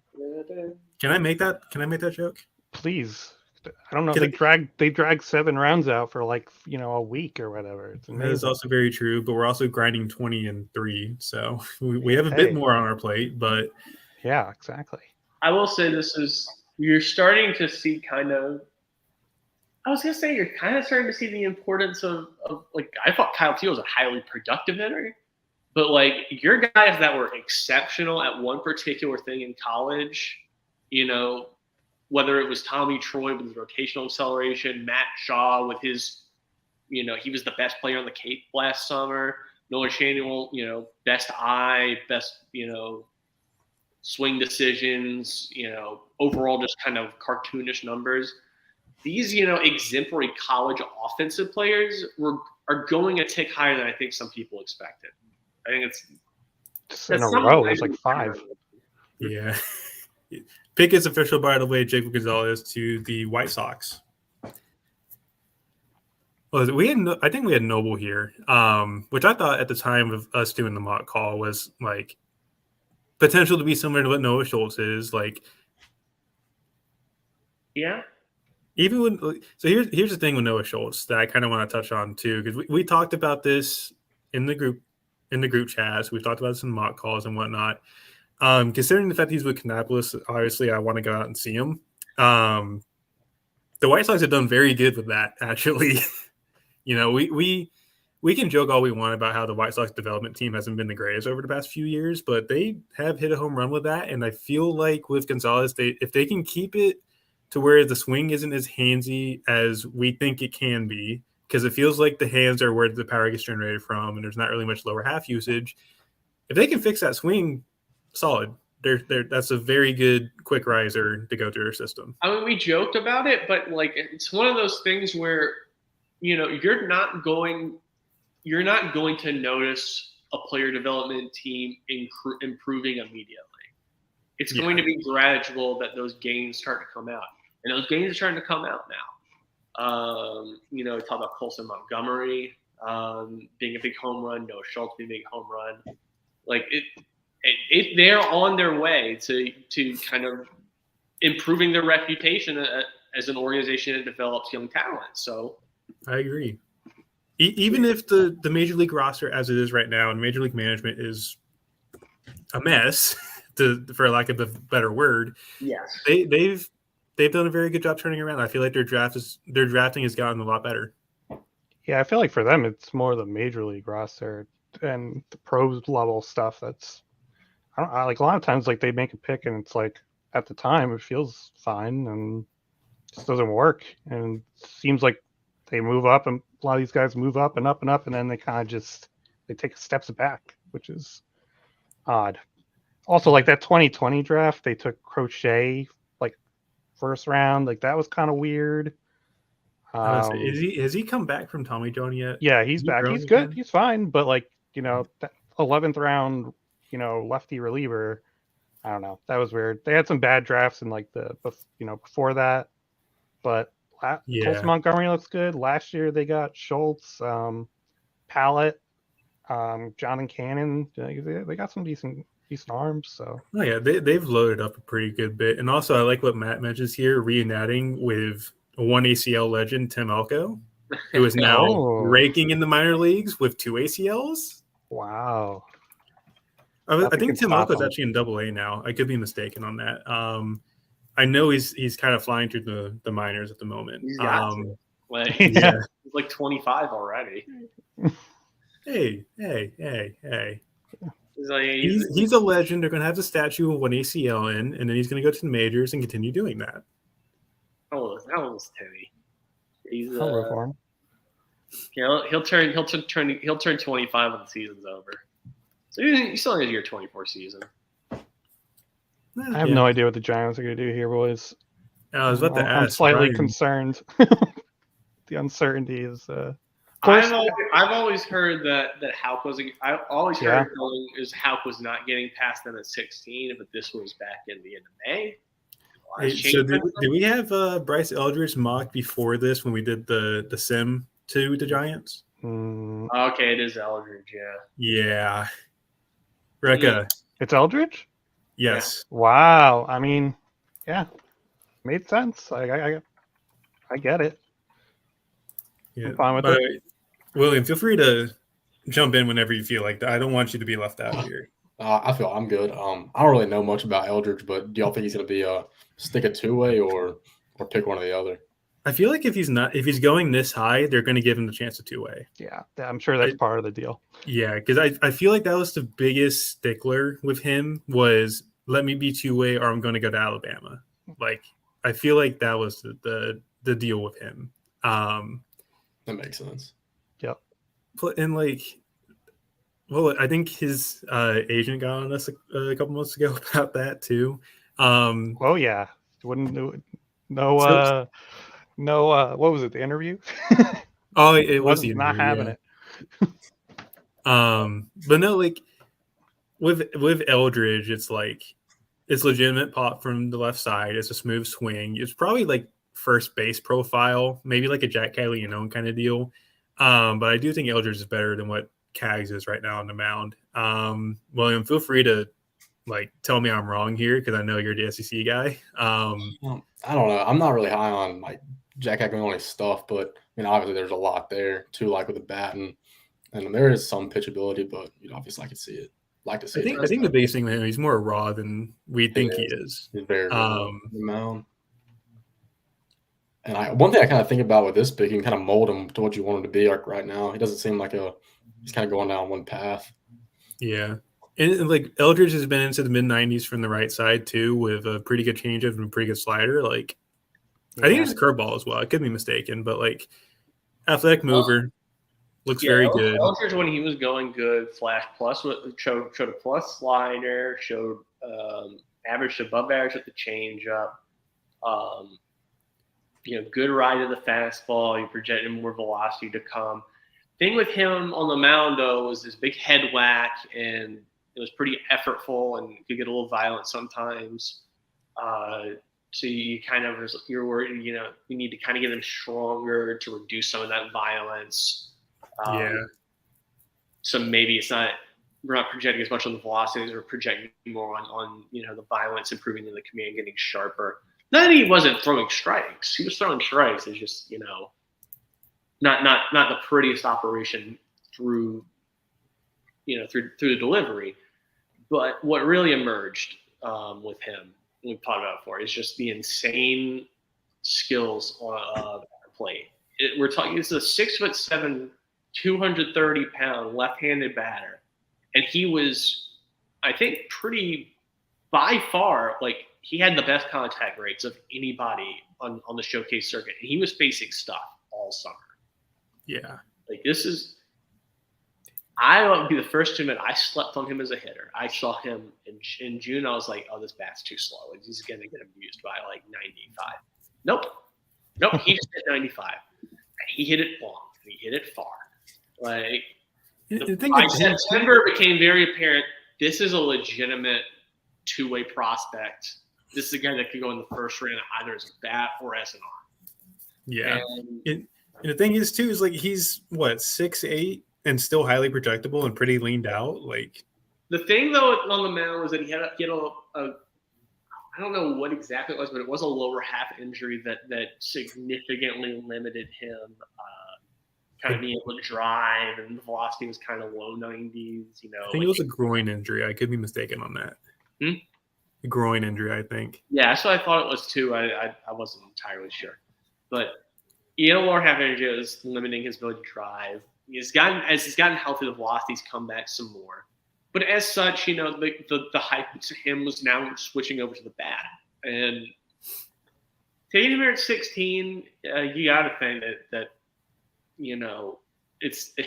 it's not a situation where this is like Seattle taking him with a ton of pool money. If the Giants are taking him here, they're taking him here as a two-way. And I bet on that. Second two-way in 2 years. We talked about it before, but rarely do things work out like that with unicorns. You don't expect to see a unicorn profile go to the same team 2 years in a row. Yeah, that's very true. This is not. We weren't expecting anybody. Oh, this is the organization known for two-way players. And that shouldn't be a thing that people are known for. A freak occurrence, sure. Every decade. But we got two legitimate ones in the last 2 years, and they're both in San Francisco. I think what's interesting about Eldridge is he from what I've seen, he's kind of he has all 5 tools as a hitter. He can run pretty well. He's got the arm. He can, we'll see where he fits defensively. Bats good. Power's there, projectable, and then it's also that's just on the offensive side, and then it's also got the legit tools and here's the best well-rounded pitching arsenal too. It's the best thing you can ever say about a prep bat right now. Yeah, it's just very well-rounded on both sides of the ball. That's all you got to work. The offense fits at first base. Yeah. It's like it really gave to the Orioles. As a player, just drove me crazy when he was at Vandy. That's the best way to describe him. Is opposing fan. It just drives you crazy. That's not typically what you think of when you think of a Baltimore taking a college bat. Yeah, I felt the same way. I saw that. But that's a fall too. I think this is really good value at 17. Yep. He's gonna be really nice at the top of that lineup. All those guys behind him. That's a good fit. Yeah, I agree. I think people kind of underestimate or diminish his power a little bit. He's never going to be a power hitter, but it's also not Riku Nishida. You know what I mean? He has some length in his body. He's got maybe a little projection remaining, and that's a short porch in left field at Kalen Yards. He's gonna hit some home runs. You mean right it's field? Not punchless. Or right field, my bad. I think left-handed hitter left field. Because that left field is a canyon at this point. Oh yeah. No, right field. Short porch in right field. Sorry, I'm directly challenged. Makes no sense. And another thing we haven't touched on, I don't think too, is Bradfield's speed is 80 grade and game changing. Oh yes, absolutely. It's just something that everybody accepted, 2 years ago and is put on in the back of their heads, but you can't discount it. You can't credit it enough. It is dynamic, game-changing speed on both sides of the ball. He's going to be an incredible asset defensively, an incredible asset on the base paths. Just a matter of how much power is going to be coming into games and how well he's going to hit. Yeah, and I feel with the power, obviously Brian kind of touched on it, where power is not his game. He's I want to say he's 5'11". He's on the shorter side. He's skinny. There's projection there, obviously, but it's kind of like a Billy Hamilton profile, the body wise, with already more present. Hamilton, where he should completely where it was a problem that Billy Hamilton was trying to lift the ball. He can get away with lifting. He's strong enough that you're not dissuading him from trying to put the ball in the air. Yeah, Billy Hamilton, this was just going to be 280-foot fly balls every time. You can't do this. You have to go gap to gap ground balls. You're just not strong enough. But Enrique Bradfield's strong enough to pull some out to right field. Like a Didi or Gorius. Yeah. Let's see. I'm just checking on because we got Milwaukee coming up. I know Milwaukee would like Waldrop if he fell into your laps, and Waldrop's here at 18. That's a dead fit. Gosh, I can't. Braden Taylor's still here. That seems like a really good spot for Braden Taylor to go. It is. He just fit there. They just let him be him. Kind of use that off-speed stuff. Just work off that. And plus that off-speed stuff with Waldrop this year, like I'm pretty sure all 3 of the off-speed pitches had like whiff rates over 50%. Like that's like insane. That's just mind-boggling to think about. It just like looking at the couple of fits they've had in recent years, like Robert Gasser going over there now is doing pretty well. Mizorowski, we obviously talked about, where he's now touching 102 as a starter. And he's carving up high A right now, I do believe. Like a 1 point, it's a sub-2 ERA in like 5 starts over there. He just got promoted like a month ago. It's very, very fun what Milwaukee can do with their pitching development. So I don't know anything. This is just suggestions at this point. It's an incredible fit for me if it happens.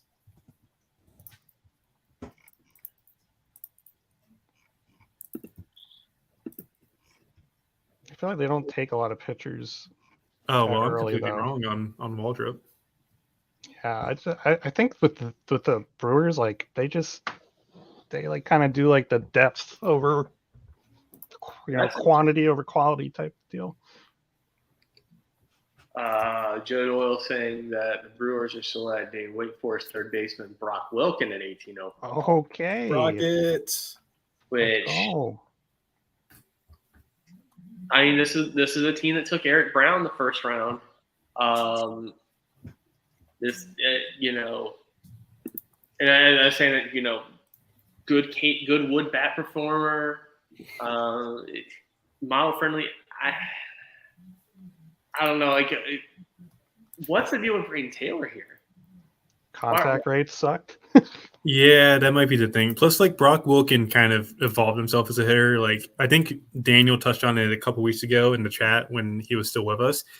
His hips are more explosive than what they were last year. He was stiff last year. Brock Wilken is a lot more explosive, and he showed it this year. Patience obviously is the big thing, because like that was the biggest struggle last year. Was he was too patient and let pitchers get to their weapons deeper into counts because he was watching strike 1, strike 2. This year wasn't quite the same. Obviously, he can expand his zone a little bit. He's that prototypical slugger that's likely destined for first base at some point. But the power is 70 grade if you can get that bat to hit. And I feel like Milwaukee has a chance to do that. Yeah, I don't dislike Brock Wilken. It's just like, wow, like this is a guy that we're expecting to be at first base. Right. Like, okay, you better be very confident about how good this bat is when you're leaving Braden Taylor on the board. It's going to be it does feel like a little bit too early, kind of a risky for a profile like that. With this is also a guy that coming out of the Cape in 2021 was viewed as a potential 1-1 guy. This is true. Like, I'm not exaggerating. This was a guy that was like, this was the best player on the Cape as a freshman. So, like, there was real excitement about what this bat could turn into with 2 more years of Wake Forest. And I think you're right. It did take a while, but it started to come around more, the developments in terms of rotation, especially with the hips. I don't know. I just feel like it's still kind of, 40, 45 grade hit. He's going to get to most of his raw power in games. I think it's, it's the first base thing that I just like. I think that's a legitimate threat, and I don't know. This is the first one where I'm just kind of like, I see a few people on the board that I see somebody on the board that I think makes more sense for what you're trying to get. But it seems like a lot of risk. There's a lot of safe guys still there. Yeah, this feels like one of the first big surprise of this whole draft. We didn't talk about Yo-Yo either. Which is weird considering the fact that like we come into this expecting chaos, especially after how the past couple of years have been. Yeah, this has not been very chaotic so far. No, it hasn't. Yeah. It's just been these guys are really good. Oh, this guy just keeps sliding. And they didn't slide too far. Like the 2 guys, that were sliding, Teal and Gonzalez, put back to back. And now we're probably going to enter a situation where Braden Taylor gets off the board soon. That is true. Also, side note here, this is the first time in Wake Forest history that they've had 2 first-round picks. And this is a program that's over 100 years old. So that's pretty awesome to see, actually, considering how talent laden that lineup was this year. That was a very fun team to watch. It was. So let's see. I can't wait for the Netflix documentary in the future. The 30 for 30 on the Wake Forest 2023 team. They need to. Needs to happen. And the thing is, like, they're still going to be very good next year too. You got Seaver Keen coming in. That's going to be my breakout pick for next year. Nick Kurtz still exists. Josh Hartle is coming to his own as a legitimate ace. Yeah, they already have a full rotation for the weekend. That's great already. It's kind of nuts. They brought in a lot of good transfers too. They have. They've done a very good job. There's a cream of the crop in the ACC. There's no doubt about that. So let's see. I think we had Chase Davis to the Rays at 19 here. Waldrop's still on the board, which is an interesting fit here, considering the fact that the Rays develop arms like crazy. I still feel like my gut says Chase Davis, just for the hell of it. I think this is where Namal gets off the board.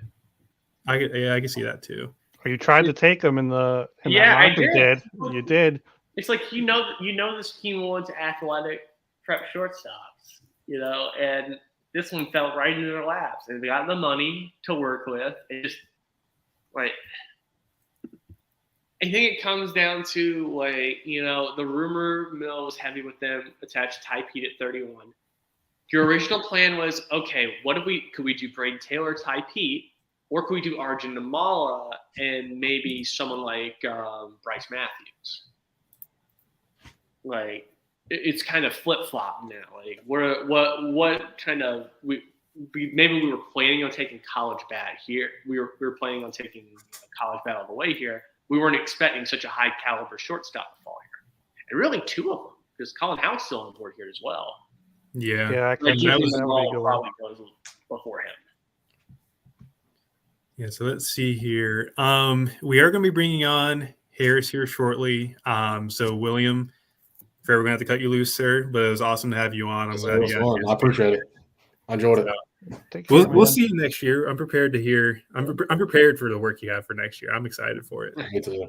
Yes, sir. So everyone, good. William, man, the myth, the legend. So, oh man. Yeah. You have a good night, man. Good night, dude. So let's see. We'll go ahead because I think we're still on commercial break for the draft here. So we're going to bring in Harris. Oh no, Braden Taylor just got picked. Oh, thanks for spoiling that.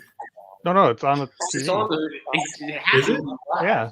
He's hugging everybody. Oh, he's there too. Harris. Oh, I was behind on the stream then. He's got a very nice suit. So that's what? That's back-to-back third baseman? All the third baseman, dude. Third baseman for now. I was about to say, so we got Harris here, helped me with the ACC stuff this year. You mentioned Brock Wilkins coming on as like a third baseman that could go first, and you broke down the ACC third baseman the other day. Kind of give us your thoughts on that before we start talking about Braden Taylor here. Yeah, so there's a whole handful of third basemen in college. They played third from the ACC who have a chance to go tonight. At worst, probably third round. It's Matt Horvath, Yo-Yo Morales, Jake Geloff, Gino Groover, and Wilkin, of course. Wilkin's my top guy of that group. I think the power off the charts, probably the most raw power in the class, college or prep. I think you just touched on the adjustments he made as a pure hitter. Still some swing and miss, but obviously the patience to a fault sometimes, right? Gets behind in the count early and often and puts himself in a hole and gives himself one opportunity to make contact rather than three. And so we saw a couple of times in the ACC tournament where he was jumping on the first pitch, and crushing the ball, which is a great sign because when he makes contact, it's loud. He kills the ball. Defensively, it's fine, right? The hands aren't bad. The arm strength is there. Doesn't really move that well side to side. The range is certainly not there. He plays a little bit deeper because of that arm strength, which helps a little bit, but not really enough, I think, to offset those issues. And I think first base DH type is probably his future. And the bat is enough for a first-round value, I think. But there's definitely some concern in that regard because he's certainly a below-average athlete. Yeah, I do agree with that. And like you mentioned, the arm strength is probably the only reason why he's going to start off as a third baseman at the next level. But I think at some point you're going to have to realize like the defense isn't great, and that's not a knock on him personally. I'm not trying to knock him off the pedestal he has. He's still a very very dynamic player. It's just it's first base over third base, and I feel like he may have been first base this year at Wade if Nick Kurtz wasn't a thing. So. But with Braden Taylor, like that's a third base profile all day, in my opinion. And you've added legitimate power to that profile. Like I think one of the first batted balls he had this year was like one point off the bat at the Rangers place. So that's a fun little fit, I think, for the Rays. And they've kind of valued like last year, Xavier Isaac. That was a surprising pick for us, but also at the same time, big bopper. Braden Taylor, bigger frame, is turning into that big bopper, and there's more field to hit. And even if the strikeouts are streaky, you can work with that. Yeah, I mean, I had Taylor as a top 12 or 13 player in this class. Thought there's a chance he could go as early as 8 to Kansas City. He's an accomplished hitter. You mentioned about the increased power this year. Definitely, compared to some of those ACC third basemen, a really strong chance to stay at the hot corner.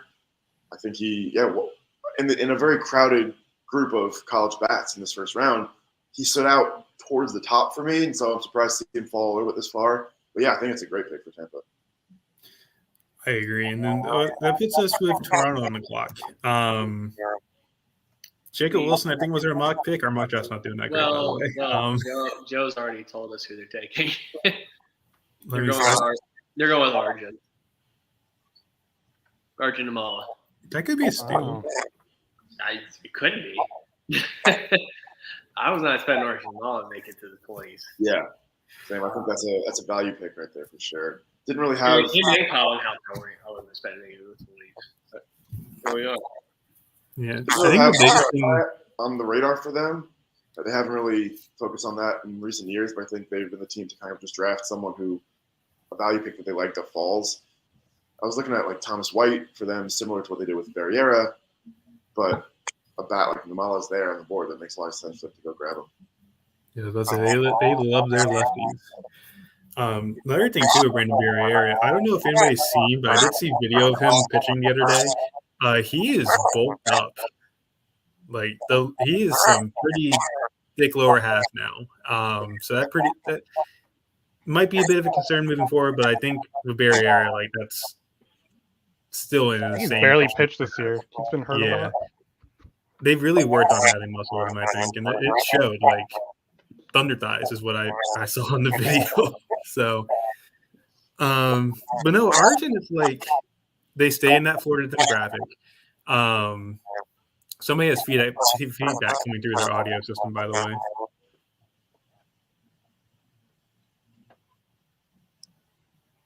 Yeah, no, it's officially Arjun Jamala's pick here at 20. There's a big nice piece that Kylie did on Arjun. You know, started off playing cricket. I think he's first generation American. Mm-hmm. His parents are both from India, I do believe. Parents both from India, so started playing cricket. Kind of wasn't really a known quantity for a while because of that. Didn't really got into baseball later than most kids, but you know, dynamic athlete. You know, saw on a showcase level. You know, noticed very early on as 14, 15-year-old. Florida State snagged him up. What we're talking about here though is I think kind of like inch for inch, pound for pound.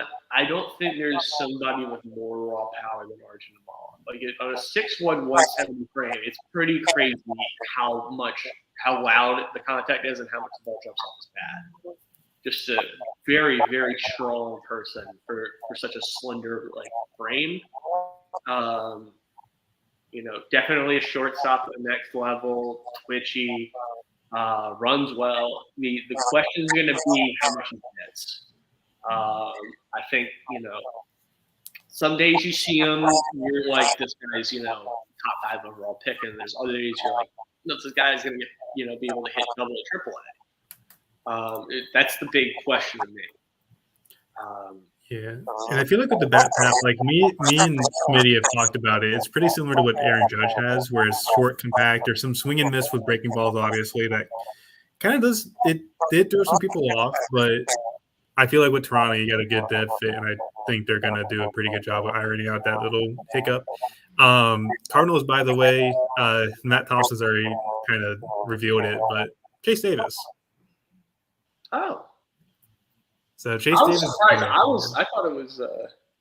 I thought Waldron might be the pick here since they normally go college pitching, and Waldron's fallen now to them. But Chase Davis, yeah. Yeah, I like the fit. Biggest turnaround from sophomore to junior year. I think. He's up there, yeah. Like for a known commodity, there's obviously Joe Whitman had 5.5 innings of pitching experience for playing for Kent State this year. That's kind of different. But what we knew about Chase Davis was that he lived up to his nom de plume. He chased a lot. It was the swing decisions weren't great. There's questions about is he gonna have to move over to corner? Nope. But there were never any questions about power and getting into games. His swing decisions, contact rates improved dramatically. He's a little more dynamic in the field. He played his way back into where he thought he was going to be with the first round, and here we are, 21 overall. Yeah, and I think his dad was the one that told us, "Hey, he's going to be a first rounder in the fall," and he proved us right. So, First time shout out ever. to Chase Davis' dad. Here, dads know. Sometimes. Yeah.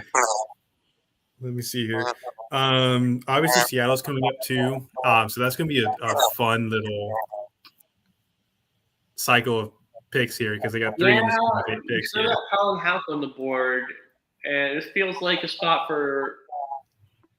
I mean, they want prep bats, and that's the one for me right here on the board right now. Yeah, you're Aiden Miller. So depends what they have on his medicals, but I think one of those college prep infielders definitely start their run of those 3 picks within 10. A pitcher, maybe. Or I think grabbing someone like Miller may not have to pay up as much as you will for Houck, and can still go a couple of prep guys at their 2 later picks. Yeah, but at this stage, Colin Houck was viewed as somebody that could go in the top 15 overall, heavily attached to the Diamondbacks.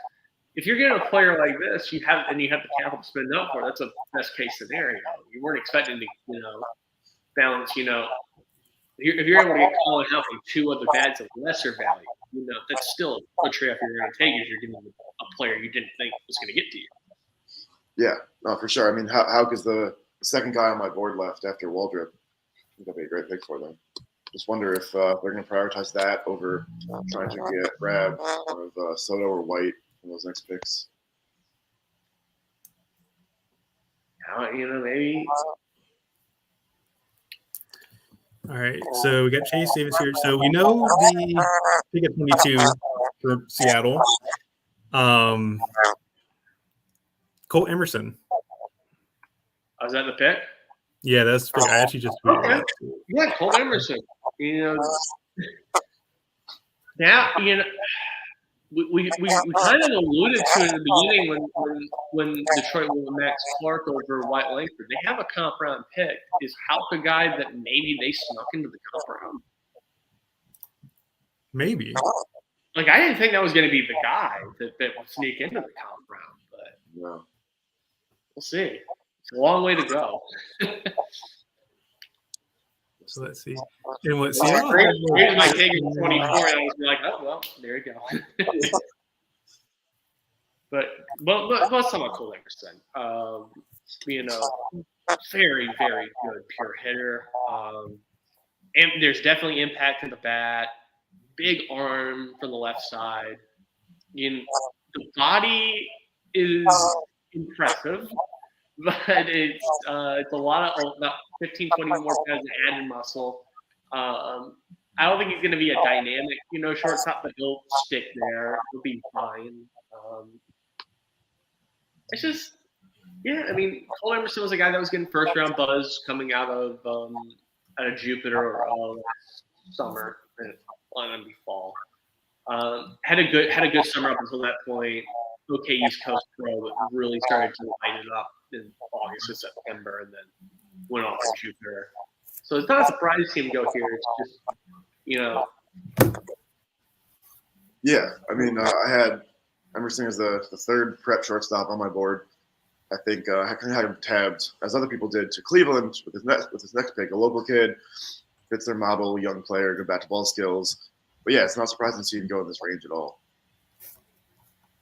Yeah, the thing with Emerson too is like, there's a lot more muscle to that frame than there was this time last year, because he's more lean, more wiry than he was at PG National. Like National, he was hitting the ball pretty hard, and you can see the power potential. And then he came out this year, and he looks like a lean green machine.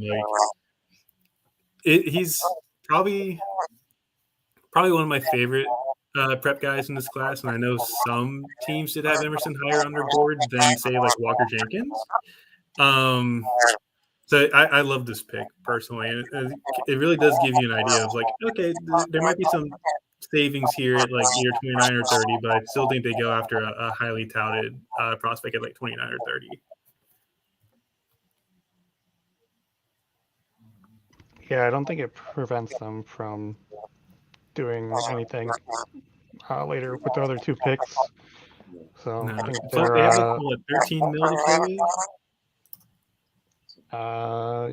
let me see. Yeah, it's just over 13 mil. Yeah, 13.1. Right, going in that direction instead of someone like Colin Houck, regardless of whether or not Houck has a deal already, does give them a little bit extra flexibility for those later two picks. So Cleveland's up. Is this Hurston Waldrop time? Oh, what a fit that would be. That'd be pretty scary for the rest of the AL Central. Yeah, I'd be worried. Harness that stuff. Especially after you just bring Gavin Williams into the mix. Like, Yeah. I love me some G. Will. Gavin Williams is amazing. I absolutely love the guy. Because I want to say Gavin Williams was like a fifth-year senior, or like 4 years, fifth year, somewhere in that mold, and like you knew the stuff was there because he was touching Hundo out of the bullpen and doing a very good job. It's just injuries kind of screwed him a little bit. Yeah. And he comes out his final year and he's throwing like upper 90s with a banger curveball, a good slider. Like he's showing himself that he's going to be a legitimate ace in the American. And then all of a sudden it's like, oh, hey, by the way, he's a first rounder. And he gets put in with Cleveland. And it's like, that is one of the best fits I've ever seen in my life.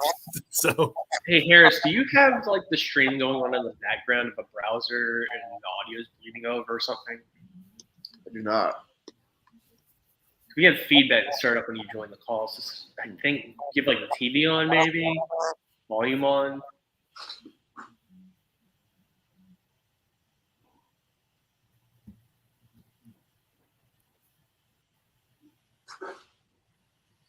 Does that make a difference? It was on volume 2. Okay. let's see. Is this better? It's still there, but it's not as. Yeah, it's still there. It's from this, by the way. Oh, it is? Oh, okay. Okay. Yeah.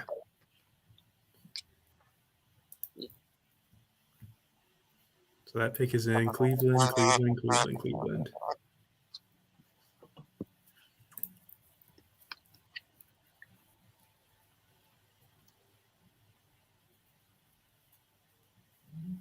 Is it just when I speak?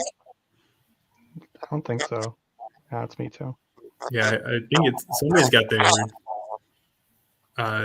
volume kind of messed up here.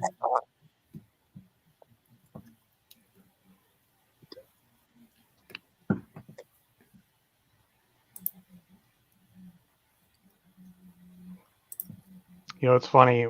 One of my buddies who does San Francisco Giants prospect stuff, his dad started subscribe to his site a few days ago, Bryce Eldridge's dad. So kind of interesting.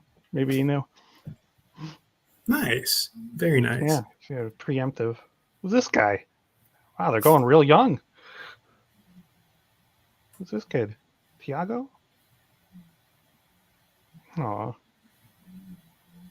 And there's no way he's eligible. That must be so cool. Oh, he's got the retro hat going. Love it. This is okay. I know kind of off topic, but this shouldn't have been in an NFL stadium. It looks minor league that they have this just cordoned off like 20 like 10. Where was it last year? Wasn't it in like? It was. I think it was at Petco, wasn't it? Yeah, it was at Petco. And it was in like It was like outside the stadium. It was like it was they had like that beach area behind Petco. I think it was there. Yeah. But it's just this is not big enough to be in the NFL stadium. It just looks. Yeah. I guess this might be a shock at 23 with Cleveland. Shocking. Rafi Velasquez. Oh, okay. So I think that's hotter than what we were expecting, but you know. Sure. yeah. Let's say I was hearing like more back end of the first, maybe comp round, but like this kind of gives me Bo Naylor vibes a little bit. Except this is not going to be a catcher; it's going to be a first baseman at the next level. And then I'm thinking they're going to take Miles Naylor later on, have all the Nailers. I was going to say there is another one in this draft, Miles this year. Yeah, they're going to take Miles, have all the, and they're cornering the market on the Nailers. Let's see what does Cleveland's picks look like? Because I bet you they'll probably use them like a second or third. They have 58 and 62. I bet you he goes to like 50 or no 62. I think. They also have 2 picks in the 3rd round. Do they? Maybe I made that up. I see 93. No, That they was just have 94. one.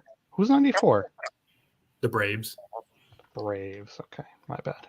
Yeah, the Orioles have 2 picks in the 3rd. So do the Mets because of I think the Orioles because of Nolan McLean last year, and then the Mets is because of Brandon Sproat. Yeah, and a comp pick too for somebody.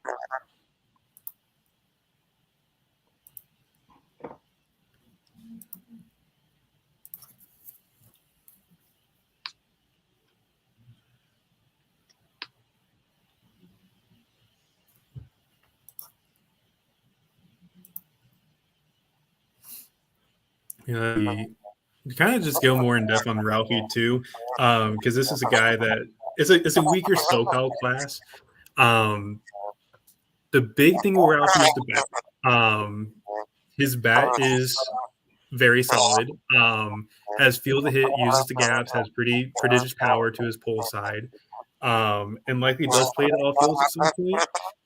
The big issue is, do you think he's a defender at catcher? No, I don't think he's athletic enough. I think he was actually the backup catcher to a 2025 at Huntington Beach.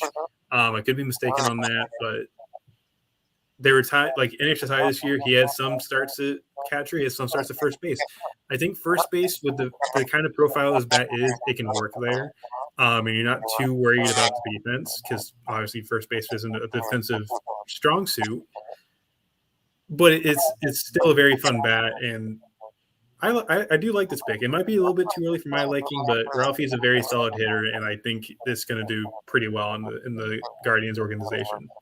Yeah, also a hat tip to Cam, because he was a huge Ralphie fan when he saw him this spring, and said this is a first rounder, and sure enough, there he is, first rounder. So hat tip to Cam, who was a contributor for us this year. So he's with PBR now. He's the summer intern, I think. Yeah, well, he gave us some good dope before he left, so we'll take it. Yeah, Sure. I love That was a Cam. good Love call. Cam. Absolutely love him. Harris, do you have any thoughts on any of these picks so far? Yeah, actually, I haven't really gotten a chance to watch any of the prep guys this year, so I don't really have a lot of input on Velasquez. I do like him where I've watched on video. I've read about him. I did actually have him in my personal mock draft as an underslot guy all the way up at 14 to Boston. You had mentioned like, oh, no SoCal guys in this draft that could have gone there. I thought that was a potential underslot opportunity there for them, as they've done a couple of times in the past. Yeah, from what I've seen, definitely don't think he stays behind the plate. I think it's interesting to see Cleveland kind of move away from what they had been doing for a while with the prep shortstops and the college arms, and now that's what DeWater and Velasquez back-to-back years of just a little bit off the beaten path for them. So interesting to see if they continue the next couple of rounds with what they've been doing of college arms 2 and 3, or if they are kind of moving away from what their model has been the last few years. I kind of do wonder too, because I think their next pick is, I think you mentioned 52, Rekka. Or sorry, no, 58, not 58, 62. Do you do what you did last year, where you try to get something similar to what Justin Campbell was last year? Like, you go for that college arm that you can develop in that organization. Yeah, I mean, I don't know who's going to be there at that point, but it's not exactly a strength of the class. So, I mean, it's possible, but. Yeah, I think what's interesting about this class of college arms is like you got those top 4, right? You have pretty sizable drop off, but I think you could see a decent group start to come up again in that range. I think you have Quinn Matthews is like a kind of a dark horse that I like as a fit for them. Will Sanders, some of those other like injured pitchers, Tanner Witt maybe. I think there are some guys who could fall into that range in that 58 to 62 round range that they could come away with, just like they've been doing. You guys want to hear something scary? Hurston Waldrop to the Braves. The Braves are getting Hurston Waldrop. Oh, that's actually a good fit. I like that. Oh, is it ever? Jeez. Who allowed that to happen? I guess everybody, but 23 teams. Damn it, Giants. How dare you? So there is also a question posed to us with Noble Meyer put on the screen here. Underslot pick, do we think that's like – I don't know if he really commands underslot given the nature of him being a prep, but For maybe who? for Noble Meyer to the Marlins? Yeah, I have no idea. I guess it's like over $5 million, so I don't know. Yeah, the thing with Miami is they have 35, they have 47 tonight, and then they come back with an early third-round pick as well. So they got some picks to play with. I think they got some pool money as well. I can see it, but I feel like he's going to command more slot than anything. I think I'll know if it was an underslot based on what they take at 35. Until then, I don't know. Yeah. That's a good answer. Yeah. So let's see. We'll go back to Hurston here. We have a blooper in the background of the ESPN set, by the way, having a blast as usual. So, if you want to dive in more on Waldrop, I know we've talked about him extensively tonight, but this is your team. Feel free to go ahead and dive into it.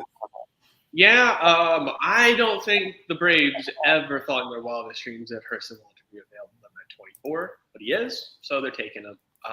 This is somebody that had a lot of helium after kind of tapering off during the spring, and it looked like maybe he was going to be in the back half of the first round and really closer to the 21 to 30 range.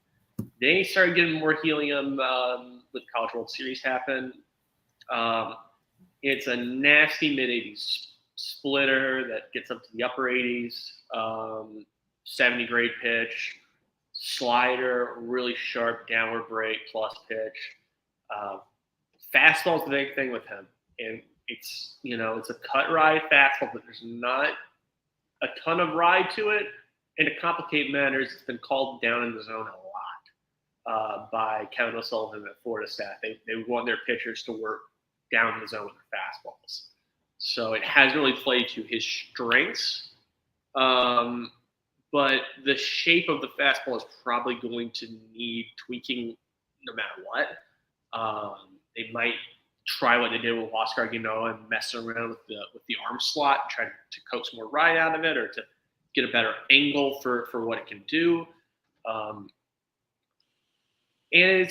he's an incredibly athletic, 6'2", 195, built, like you'd want, you'd expect a starting pitcher to look like.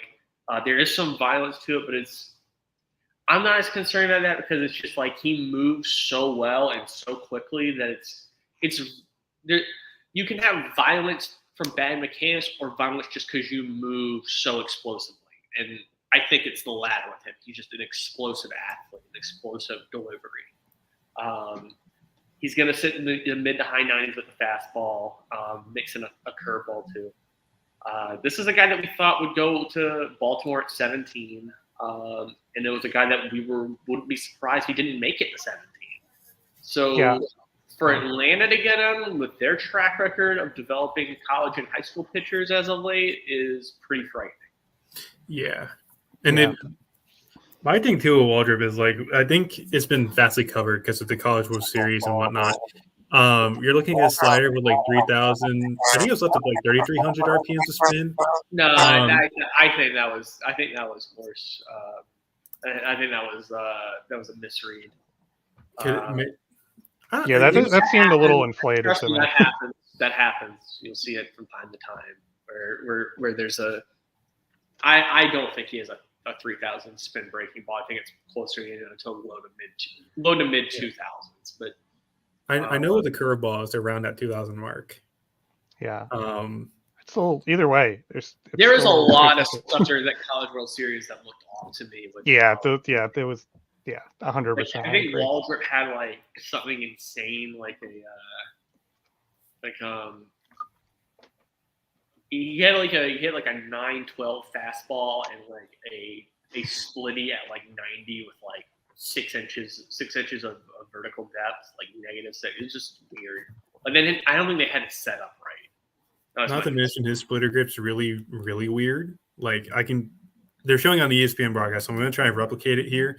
The lighting kind of sucks here, but like it is kind of a forkball a little bit, and just devastatingly. I think it's a 70 grade pitch personally. Oh yeah, I've got some of that slow mo video that Kylie's got too. It's up on our YouTube page for the Waldrop video. It's the splitter is nasty. Yeah, because I know they're showing on the ESPN broadcast right now. He didn't throw it that much in that start against South Carolina. That's where it was filmed at. The thing was, they kind of sat on the fastball way too much that start. And you touched on it. The fastball being thrown down in the zone, doesn't have good command. Once he started getting to that off-speed stuff and like the second, third, the fourth and whatnot, it was lights out. It was really, really good. If he can pitch backward off that off-speed stuff, he's really dynamic.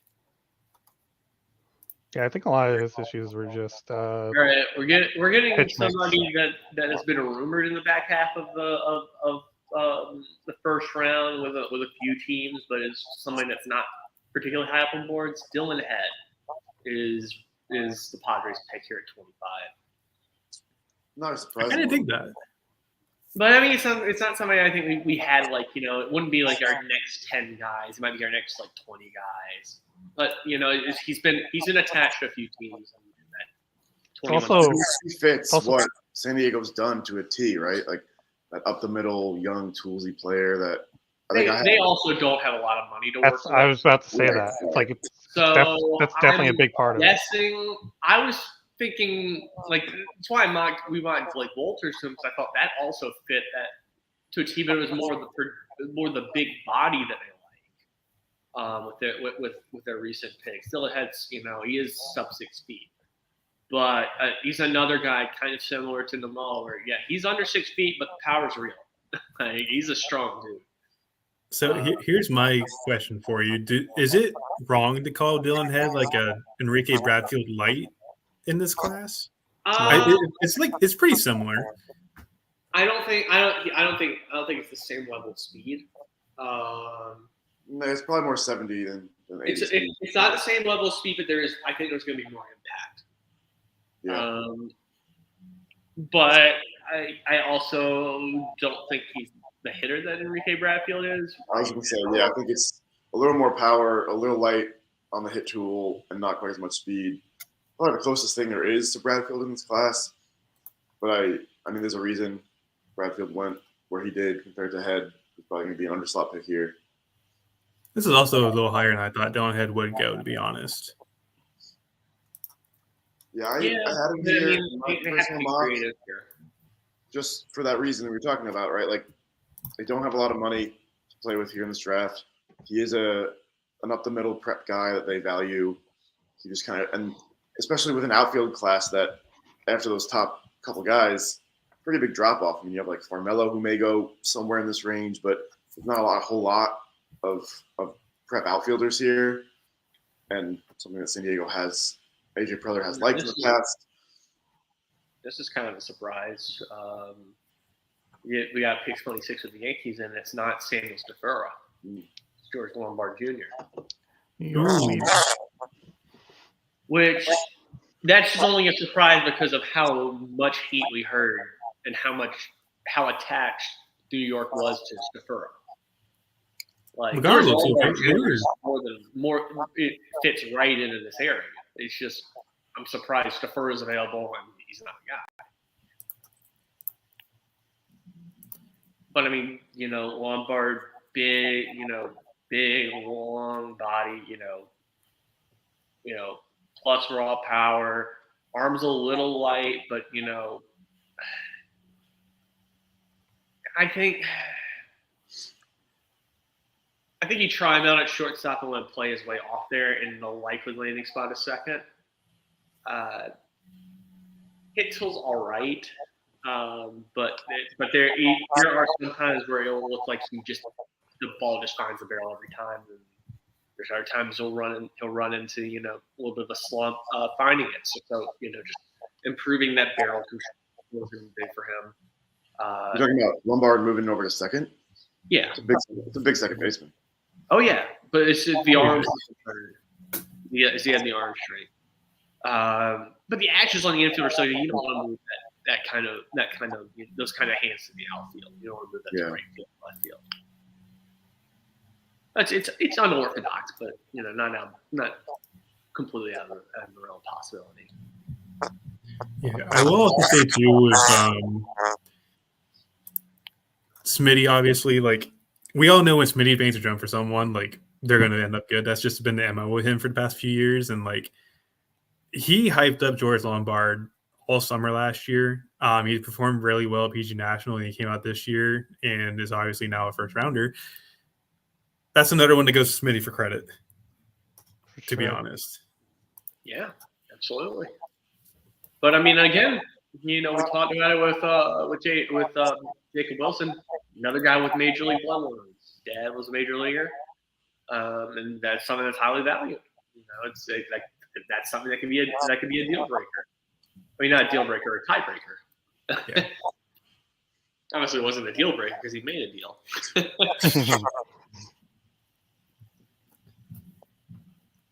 Yeah, I remember this spring, Smitty actually sent me some video that he took of Lombard. He's like, "Yo, look at this.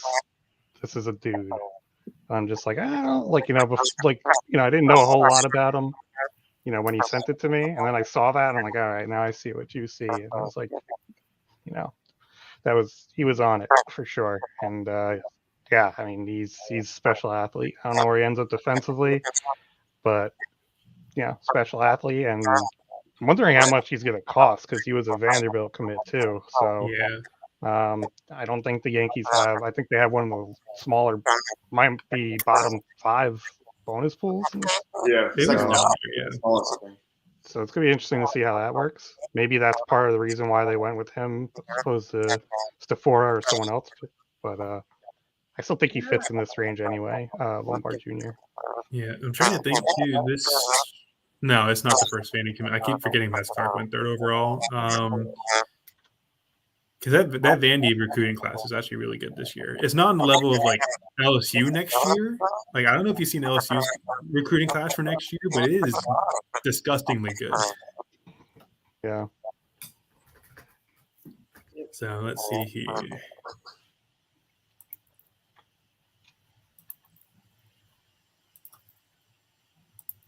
Plus, the LSU, Blake Mitchell was one of them. So yeah, Blake Mitchell. Cam Johnson. That's all I know off the top of my head. Vanderbilt's got Thomas White, Aiden Matt Miller's Levain, Clemmy. It's Josh Knopf's Old Miss, correct? Yeah. Okay, because I remember he was a Charleston commit at one point, and then I think he switched. So Yeah. Everyone's switched up here this year. I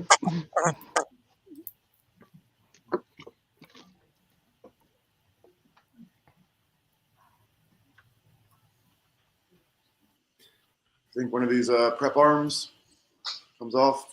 Another one for Philly. You know what? I'll go on a limb here and just be like, yeah, Charlie Soto. I mean, you know, just because Philly loves their Florida prep arms. I'll just say Charlie Soto. I don't think it will happen, but you know, who knows? That would be the arm that I would expect to go off of a prep arm. Yeah. Oh, never mind. We're getting Aiden Miller at 27 to the Phillies. So Florida prep fan. Who is that? Aiden Miller. I think that's a really good value there. It is, and I think at this point you have enough money to get him away from school. Big raw power, field to hit. Obviously, hamate injury kind of sucked this year, but might be able to keep him at third base. I think. Solid third baseman. I was more impressed with his field to hit than his raw power, to be honest. Me too. I thought, you know, some of the best vision that I saw all summer. Just he pieced up everything at East Coast Pro. It wasn't. He's kind of got that. People were concerned about him as kind of like arm bar, kind of like backswing. Yeah. Kind of be like, is he going to be able to time stuff up? And he timed everything up that he saw. You know, he is going to hit. Power. I mean, it's not like I'm going to say it's not it's above average or the plus, but I think the real like selling point for him as a first rounder was how advanced he was as a hitter. Yeah, it's a good combination of power and hit. I think it's not crazy either way. From the hand. Yeah. The only thing, I guess another thing with plus the injury was I think he's right around 19 years old, so that plays a role for some teams. But I think for Phillies where they don't have a lot of bonus money and that don't have a lot of picks, I mean, this is a good guy to get at the end of the first round. Very much so. I have to agree with that. I mean, do you remember after the All American game, a little after that, he was getting that right around number 10 overall, kind of getting slotted over there. So, and he didn't really do anything because he was hurt to to really damage that in terms of performance. So, I like this.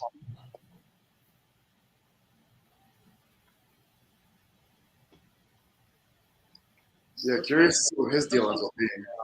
Right, later than he was projected for the season, like you said. And Phillies have the smallest bonus pool in the draft.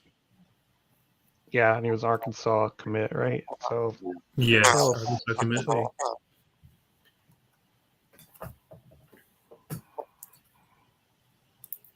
My Arkansas class too. I think Hackman already announced that he was going to campus. So Arkansas is already getting a pretty big talent to campus. I think they're probably all right with their recruiting class and having Aiden Miller taken here. Yeah, I'm sure they were ready for it. Yeah. And even I know Hackman's blown out and stuff, but if everything works out and he throws strikes, that's legitimate Friday night guy in a couple years. Oh yeah, they're gonna at least have him for 2 years.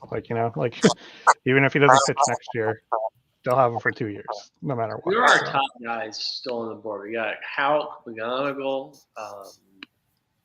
Soto. Yeah, Soto's still here, yeah. Stafura, Thomas White. You gotta think Seattle comes away with one of those two arms here in these next two picks coming up. Yo-Yo. Yeah, Yo-Yo could be a fit for Houston. I think he could be too.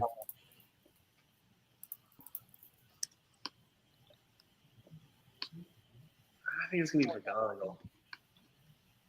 I like that fit for them too. Yeah. That's where we mocked them, so that's what I'm saying. Sticking with our mocks. The only thing that I worry about not worry about, just the only thing I'm interested in with McGonagall is like the signing bonus. See him pricing himself out. No, No, you don't think so? I don't think so. Ooh, shocker here at the Astros, Bryce Matthews. Okay. Well, I mean that's an Astros. That's such an Astros pick. It is. Oh man. Wait, why are people booing?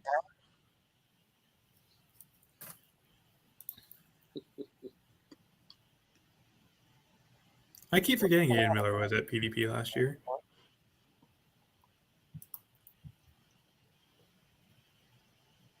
Yeah, all the data guys are gonna be very happy. I mean, it Bryce kinda Matthews pick. Yeah.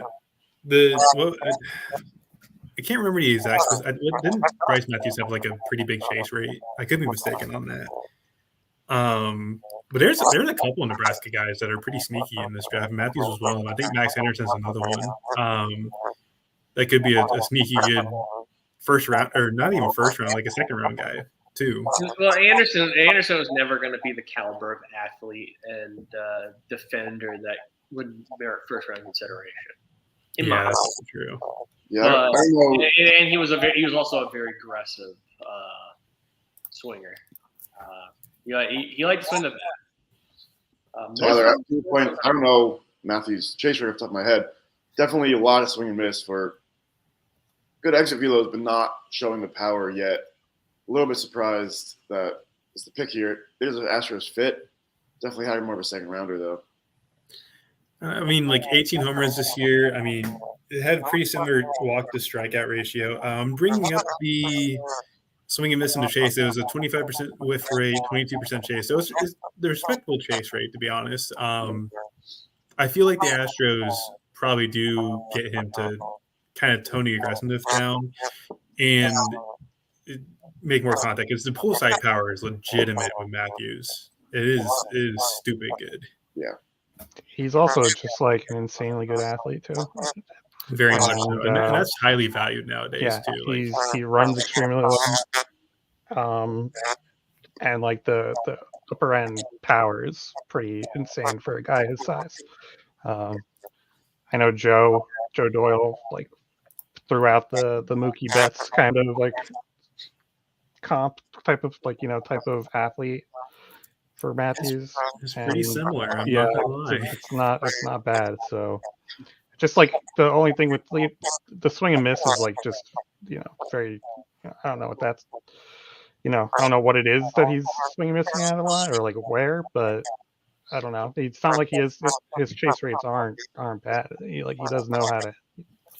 Contact rate against breaking stuff, even without the high chase rate, was really, really bad. It's definitely concerning.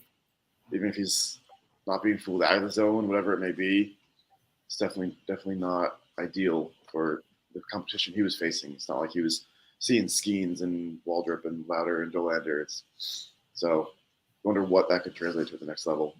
He's a good athlete, high exit loads, but we'll see.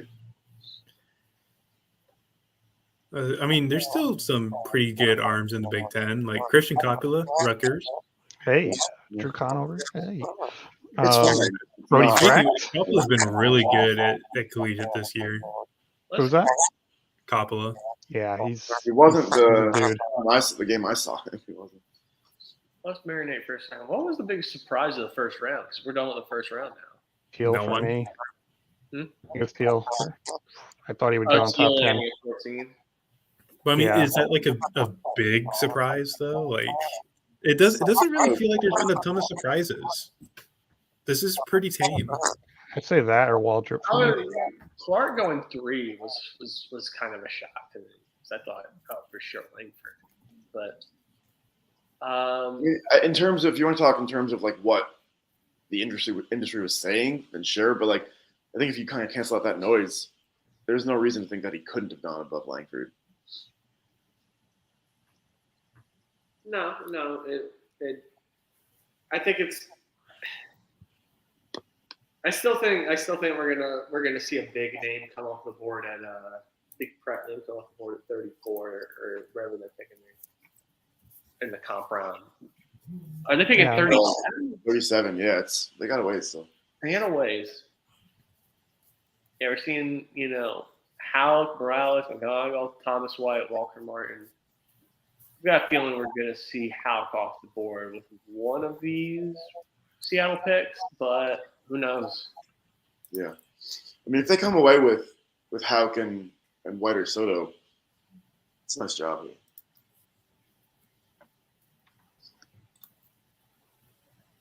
You can't even hear. You can't even hear Rob Manfred when he makes the pick. It's pretty good. So, you know what's funny? They were playing the Jordan Alvarez off Robbie Ray in the playoffs home run in the background. I think that's where we got a bunch of boos for a second. Why would they show that? Because it's in Seattle?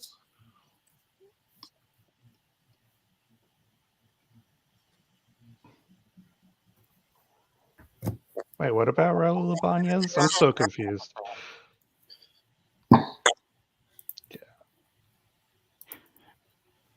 Yeah. Sure, anyone could hear it. Yeah. I was a little disappointed that Nebraska did not come to Rutgers this year because I would have really liked to get a look at him. Did Rutgers go to Nebraska? They announced him as a shortstop either. They're going to try to develop him there because the selling point for me for Bryce Matthews at 28 here is the pull side power from a shortstop. That's the big selling point here because I don't think he's a shortstop personally, but I don't think he is either. But he's up the middle though. Yeah, to me that's the big selling point of taking him in the first round. If we can develop this into a shortstop that with 20-25 home run power, get that at the back of the first, oh man, we got a steal. That's the selling point here. But there's a lot of swing and miss concerns here for me. But, right, if you end up with a second baseman with average power and want to swing and miss, first rounder, it's not my favorite pick, even though there is upside there. Yeah, but it's the Astros. They're gonna do some crazy magic here.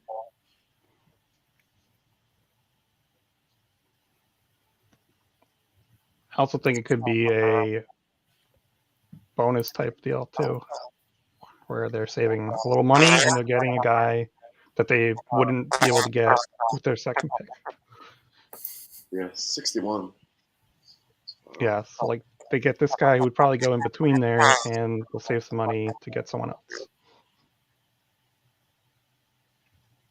They on commercial or a break after the first round? They are still under commercial right now. I mean, are they going to go to a break, or are they going to go straight into these are they going to break up the first and second round? Are they going to break up the first and comp round? I'm tight.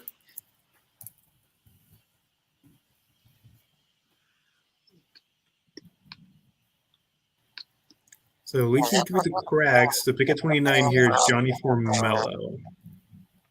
What's that? I haven't seen anything legitimate, but that looks to be the case.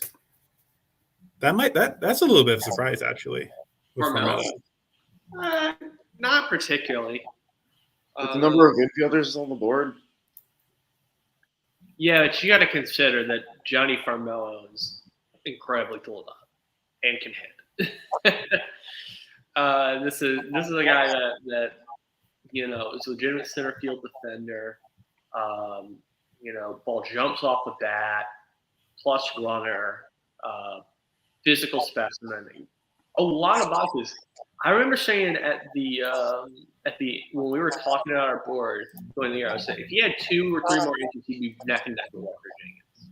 That's how impressive he was from a tools perspective and a performance perspective. The concern with Formello there is his swing got kind of choppy. didn't really get extended that much. Kind of in between. Not seeing the ball the way he was seeing it. So there was some concern in the spring, but I don't know. I don't think it's a particularly big surprise to see him go here. Yeah, it's a good range. It's a good project. He's always linked to the Dodgers too at 36, so it's not. Yeah. I think, as we mentioned with Head before, the appeal of how many true center fielders are in this class, especially left. Is he the only one for a while? Prep side, I don't know. Either side, really. That hit left-handed, Or just how for many- true center fielders. I mean, Lasco's 100% a center fielder. Sure. One guy. I don't know if there aren't many who have that skill set of a guarantee. Ledbetter and Hurley and Honeyman, maybe some of them, but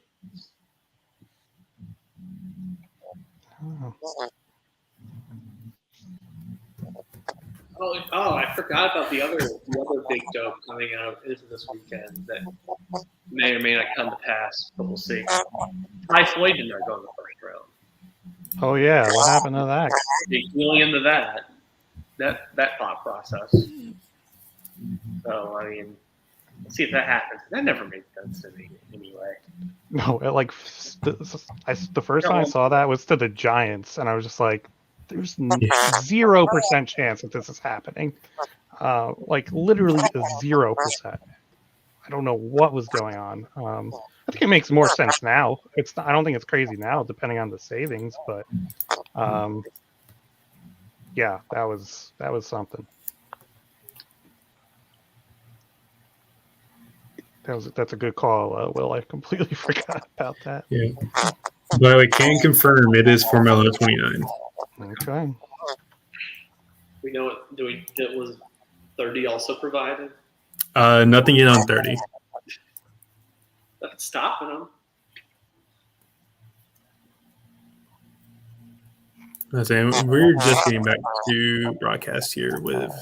And then this was also a team that was heavily attached with prep bats from the jump. Like, that's what they wanted to do with this money was prep bats. Yeah. Mm-hmm. They got two really good ones. Yeah, two like guys with kind of different profiles too, like the Emerson. I'm gonna be a broken record about this, but where's Colin Hell gonna go? Mississippi State. Maybe I don't know. There's a few of those guys still there. McGonagall, Sephora. Yeah. I think Hauk. Is Hauk order for? I think he's almost 19. Is he what? He's not. Like, is Hauk almost 19? No, I don't think so. I think he's like pretty. He's like pretty typical. If I remember correctly, it's nothing like crazy. Let's see here. Santana's still there too. Oh, he's 18. He's 18. He's 18.7. 18.7. Okay. So he's 18 years and 9 months. So he's 18.7.5. There's Raul Banez. Okay. It's been a good night. There's the confirmation for Mel. I would imagine Seattle goes like a cheaper, cost-efficient college guy here at 30. That's my hunch. But Carmelo and Emerson aren't bank breakers. right. Yeah, right. That's true, yeah. If they go a little cost It wasn't effective, like they floated Noah Oh, Meyer that's down what there like disappointing, thought might yeah. happen. It wasn't like they got Arjun Amala there like people thought might happen.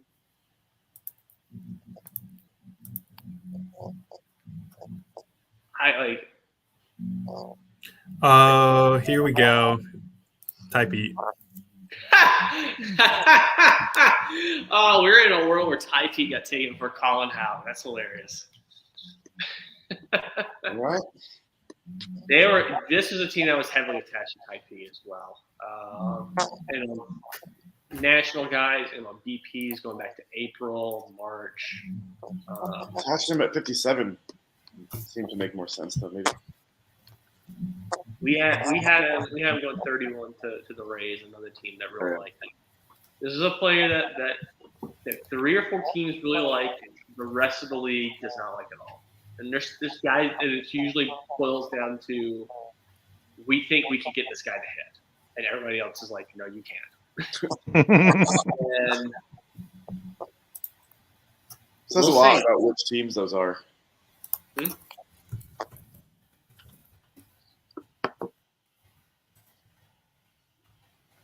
But I mean, let's put it out there. If you can get Ty Pete to hit, you've got an all-star.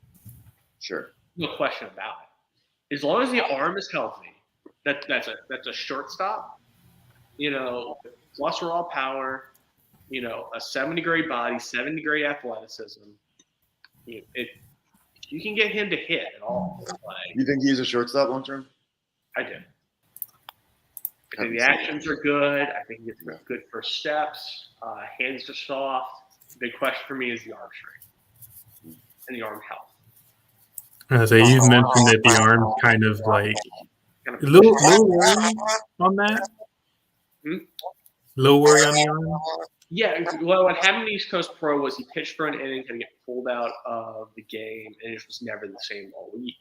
It came out that it was a forearm strain, and he was shut down for the rest of the circuit. So he shut down for August, September, and October.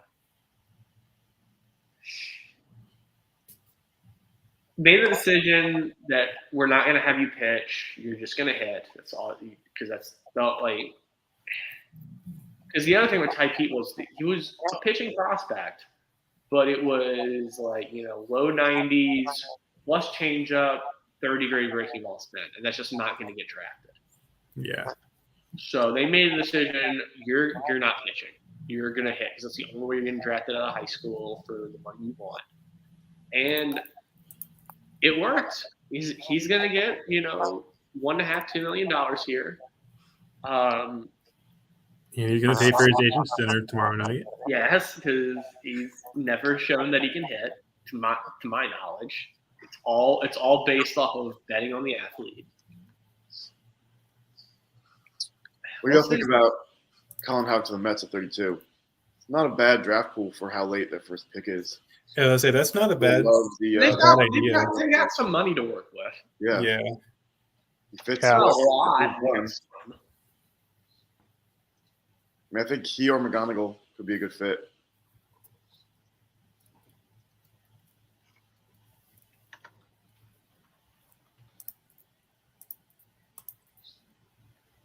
All right, no draft eligible sophomores for Epler to take here.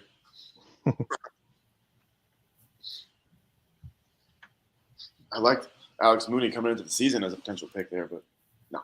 I don't think Alex Mooney's gonna go this high.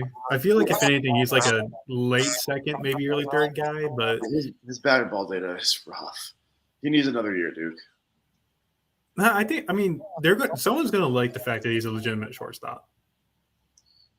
Yeah, I just wonder if he'll bet on himself too with that extra year, trying to figure out that hit tool, a little bit of power, and potentially sneak back into like the late first round another year.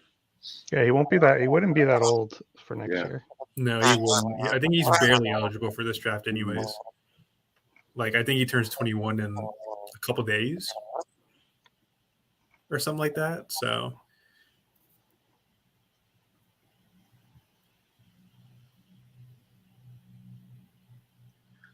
what's Farmelo's age? Let me double check on that for you. 1809. Great year in American history.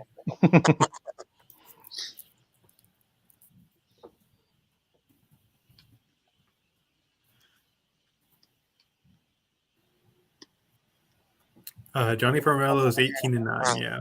Okay. Wow, no trust. No, I trust you. I'm only kidding. I think that is it's definitely a trio, that's for sure.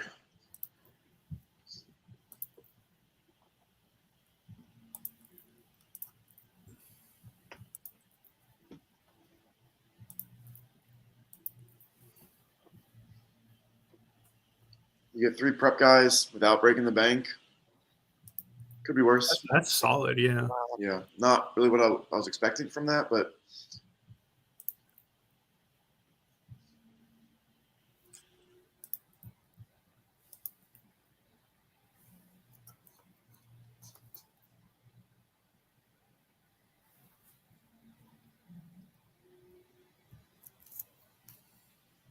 Not better. Yeah, I don't love that Ty P pick, I'll be honest.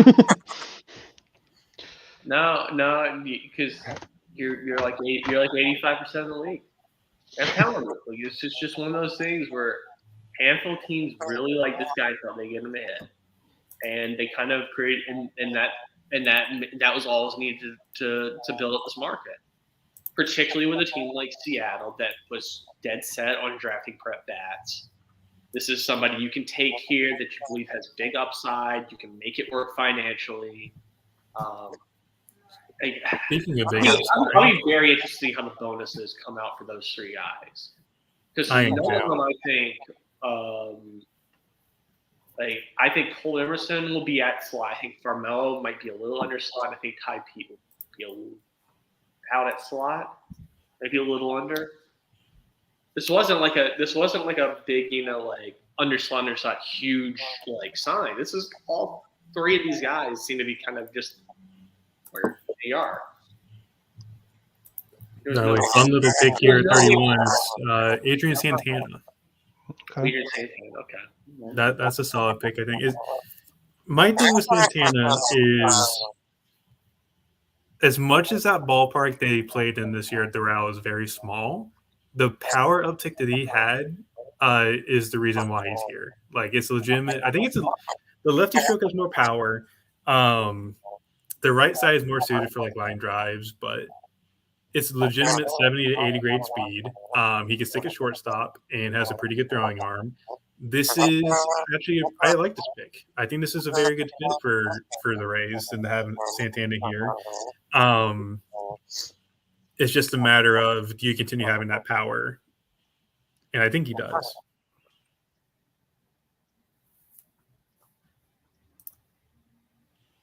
Rays like their switch hitters. That's for sure. Yeah, that they do too.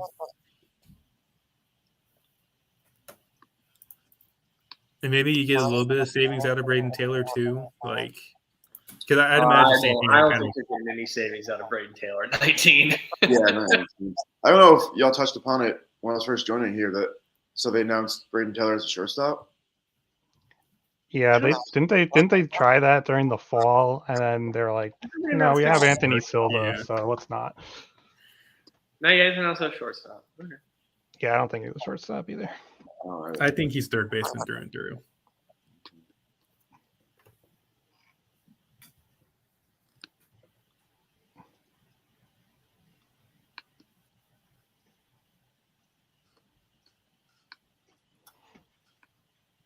What's up now? The Mets?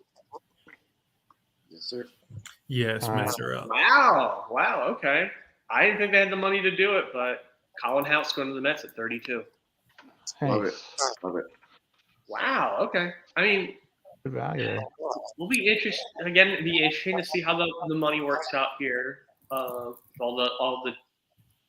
I don't say if all the T's are done and all the I's are crossed, but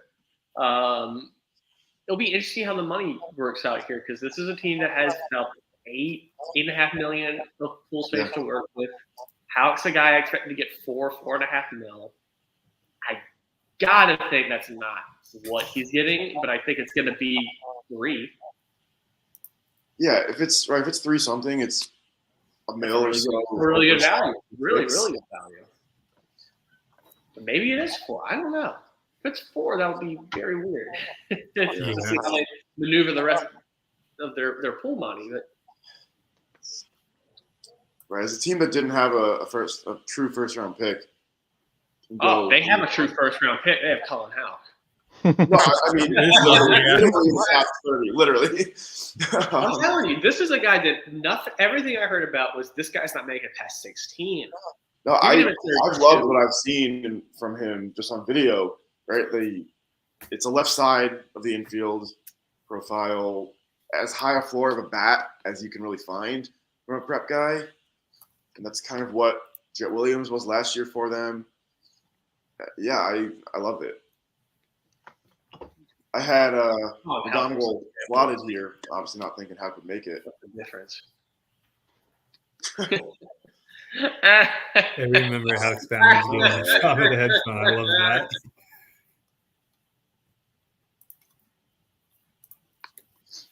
Yeah, the little bit I've seen, I don't know if it's a guaranteed shortstop, but I don't think it's a liability defensively anywhere.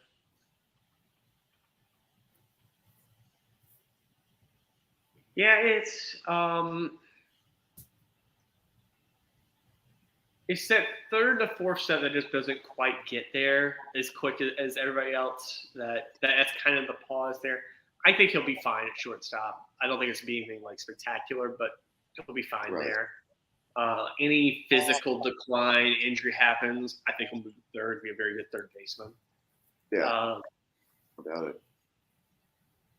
But that was the big free fall for me was Colin Howell. I thought he was going over slot to the Tigers for sure, but Matt's gotten the money, made it work. Yeah. So is McGonagall is now the highest ranked guy that's not off the board yet. Yes, but McGonagall is also 5'7", and it's also true.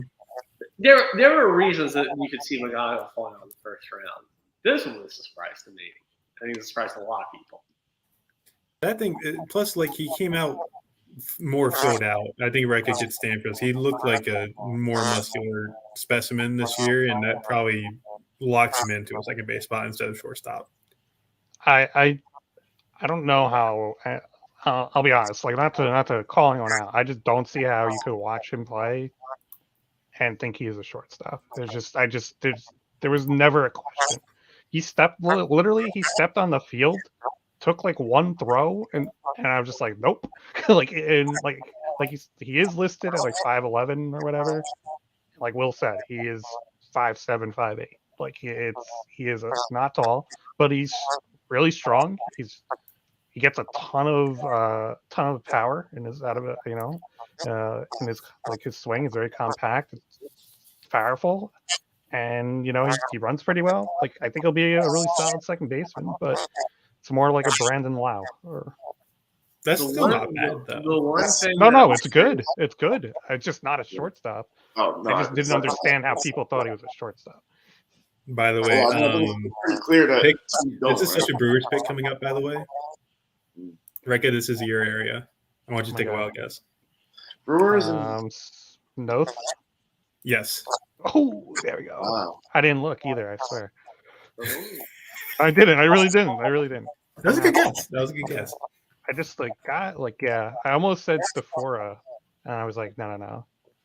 Let's talk about from New York, basically. Yeah. Let's talk about No for a minute here. This is a guy that is legitimately under 6 feet tall. He's measured in 5'11" and a half at East Coast Pro, but he's a high caliber athlete. The velocity there's not effort to it, despite the fact that he's sub 6 feet and touching 96, 97. It's an incredible breaking ball feel. He's got enough feel for the one he has right now, which is like a 70 grade slurve in terms of just how much it moves, that you're very confident you're going to be able to break that off into 2 distinct pitches. And if the changeup comes along, that's just a bonus. You can develop that vertical curve ball and then that sweeper off of it, and you have your 3 pitches already. So. Yeah, when I saw him, I was really impressed by just how polished he was, and just really efficient mover, really good athlete. Didn't you also attend his perfect game? I did, but I didn't. I missed the first few innings because of Long Island traffic. So, but yeah, I saw a perfect game. Yeah, I mean, you mentioned undersized, arm, athletic, same high school as Marcus Stroman. Have not gotten the chance to watch him. Just what I've read, that the polish is something that is not surprising that a team like this could grab him early here. Don't know a lot about his stuff, but he seemed like a guy who could go a little bit earlier than had been talked about. I think the height thing is probably a big part of it for some teams, and the fastball shape, which I think Will or Tyler touched on. It's not like velocity, not like bat missing shape, but It's cut, not so much. yeah. But at the same time, he's also under 18, and I don't know. I thought he made sense in this range for sure.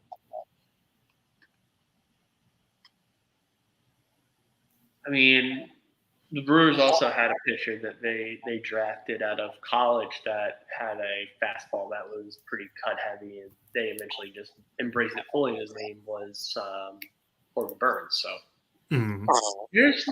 it's not 6'1". Give me a break. 5'11" and a half. I have the numbers. You can't fool me, ESPN. I think he's listed somewhere at 6'2". I read. Yeah, I know. It's absurd. But like, here's the thing. It's such a death sentence to be 5'11" as a pitcher. So I get it. Yeah. You're gonna lie about that. You can't unless it's just obvious. You can't bill yourself as 5'11" as a pitcher and be a prospect out of high school. You got to try to juice it up a bit. Yeah, I was saying, like, you say he's a good fitness range, but wasn't talked about a lot here. He was definitely a guy I foresaw not getting what he wanted and going to Ole Miss and kind of developing himself into a true first-round arm. But he probably would have started like right off the bat in the rotation too. Oh yeah. Which, to be fair, Ole Miss doesn't really have much of pitching. Like Mason Nichols is really the only I think him, JT. Is it JT Quinn or Victor Quinn? I can't remember which one it is for 2025. Recca, you're the one who told me about this. I think he blew out though. Oh, he blew. Oh, I hope that's not true because this stuff's fun. I'm pretty sure he did right at the end of the year. That is not great.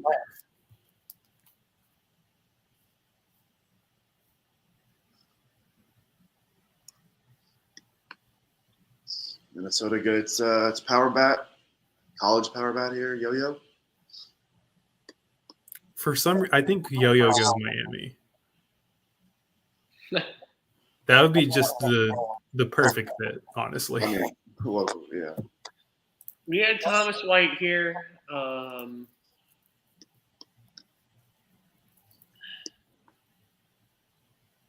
That would be the guy. I think if we're saying that Max Clark is like an 85% slot to Detroit at 3, that's the kind of guy you can make work at 37.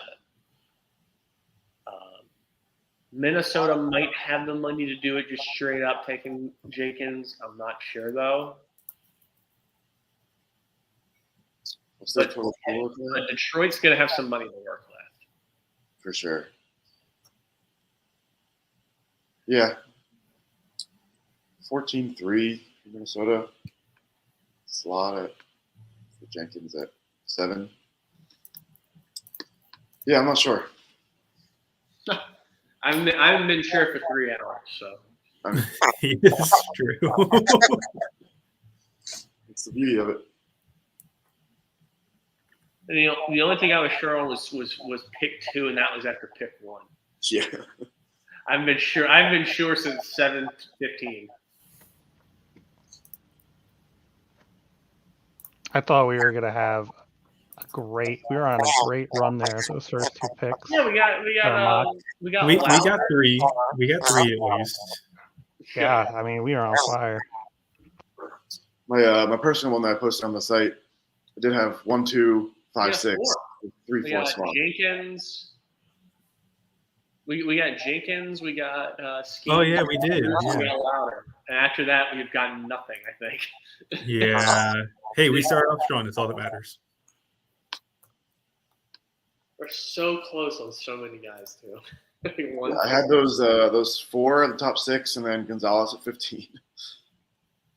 Charlie Soto. Really? There's your pitcher. Yeah. That That makes a little bit more sense than White money-wise. Right, that seems to fit better money-wise than White would. Yeah. I think Absolutely. Yeah. I feel like if Thomas White isn't picked by the end of the night, he's destined to go to Vanderbilt. Have we thought about Charlie Soto's fit tonight? This is impressive. Oh yeah, this What's is up? this is good. And the white turtleneck going with the Yeah, he looks extremely With the good. bling. Yeah, Him and Nazan look really good, actually. I'm taking it. I'm glad those guys went. Yeah. Cool I'm to happy see with that. that. You wrote, obviously read a lot about them, watched a lot of them, and wrote about them.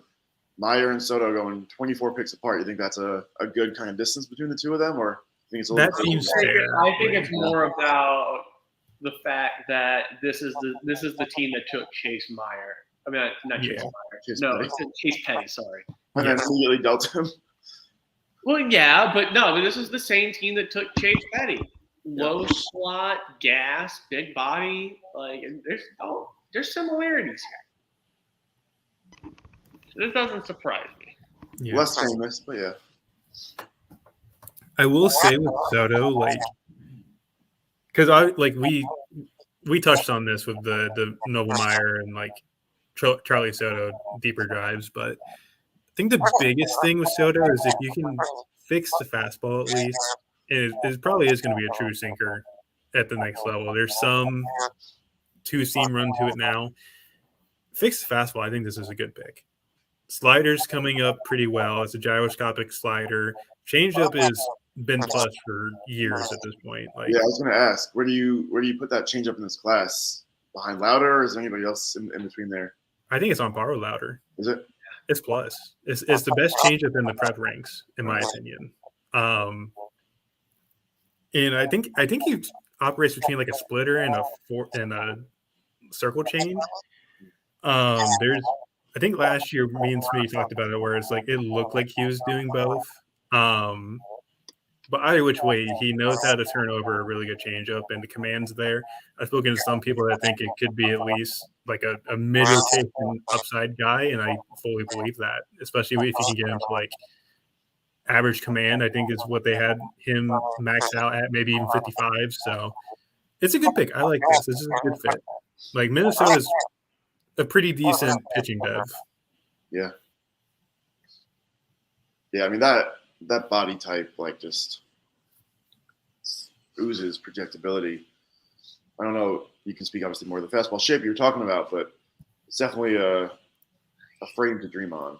Why did they put this in? Why did they put this in the NFL stadium? I still don't understand. I'll never understand that. It looks so bad. They'll do the pan shot that they do for the NFL draft, and it's just empty seats. Like, it just looks so bad. It's like somebody holding a wedding reception. Sorry. Now I got Miami. So you Yo-yo. mentioned Yo-yo. Any chance the next college arm sneaks up here? Probably not. Who would that be?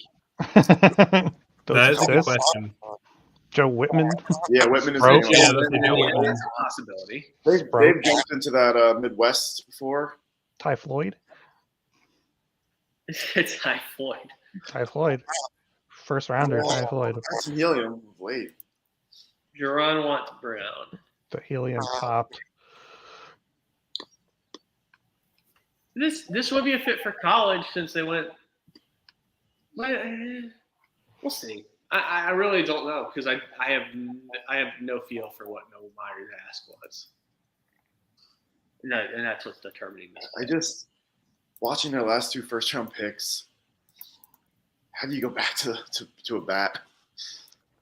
It's not even that they took a bat; it's they took the wrong bats. But how That's what they do. just know how to evaluate or develop. Yeah, well, that's the thing. go with the load up on pitchers and keep making trades for Luis Arias. Is he still batting like 400? I've barely paid attention to the majors I recently, also so like haven't watched that much lately.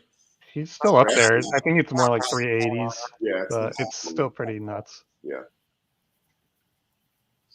Right, but that seems to be the key for them, right? You develop pitchers and you move them for established bats, Yeah, or get better at evaluating and developing. that's a good idea too. let's see. The Miami's pick is in.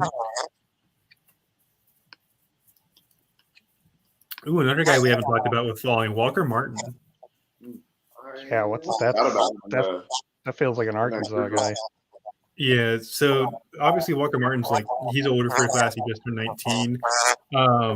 There's also injury there. Apparently, he played the whole season with a fractured back. Oh yeah, I think I read that. Yeah.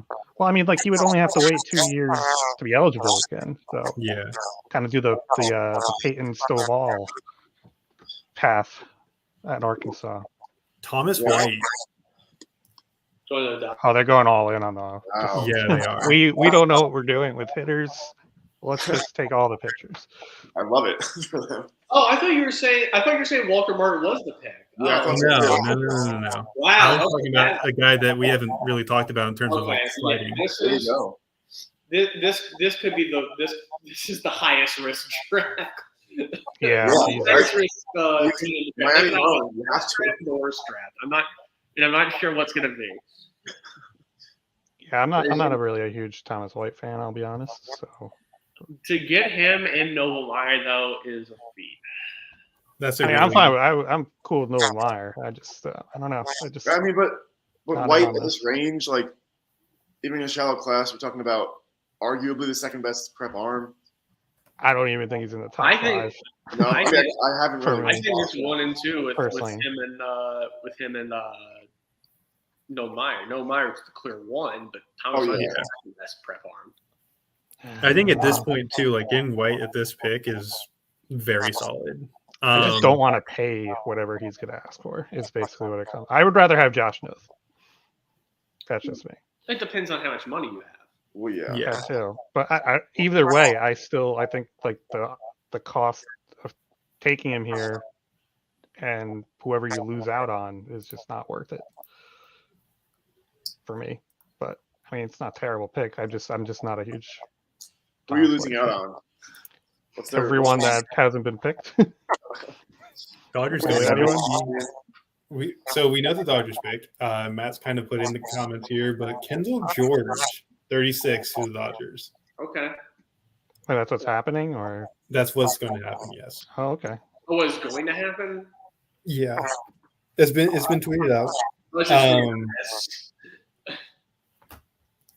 I like Kendall George. He's a bit of an underrated guy, in my opinion. Power's never going to be the biggest thing with him, but he can hit. He has incredible speed. Probably going to stick in center field. He's on the shorter side, but you kind of live with that. This isn't the impact. Oh my gosh, how did the Dodgers get this guy or pick that I think we've had in years past, where it's like, oh my gosh, this dude's nasty, or oh my gosh, this dude, this dude can just mash. It's not Bobby Miller, it's not Dalton Rush, but it's not a bad pick. No, it's just, not. I think people get scared when the Dodgers are thinking like, oh my gosh, who did they get that we completely forgot was a stud? And I just don't think that's the case with Kendall George specifically. But I think he'll be a good piece. He will And be. The Dodgers don't need impact guys. They can definitely use pieces with the way they develop. Yeah, that's very true. It's also could be another bonus situation too. Also, That's always going to play a role in how the Dodgers select because they're a good team. Good team, you don't have a lot of money to work with. I think George is also an Arkansas commit, so that's 2 of them off the board now.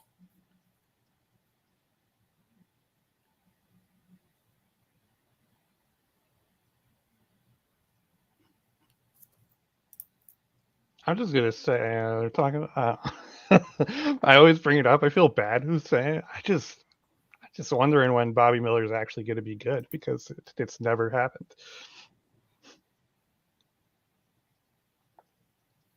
It's been like 5 years and he's never been good.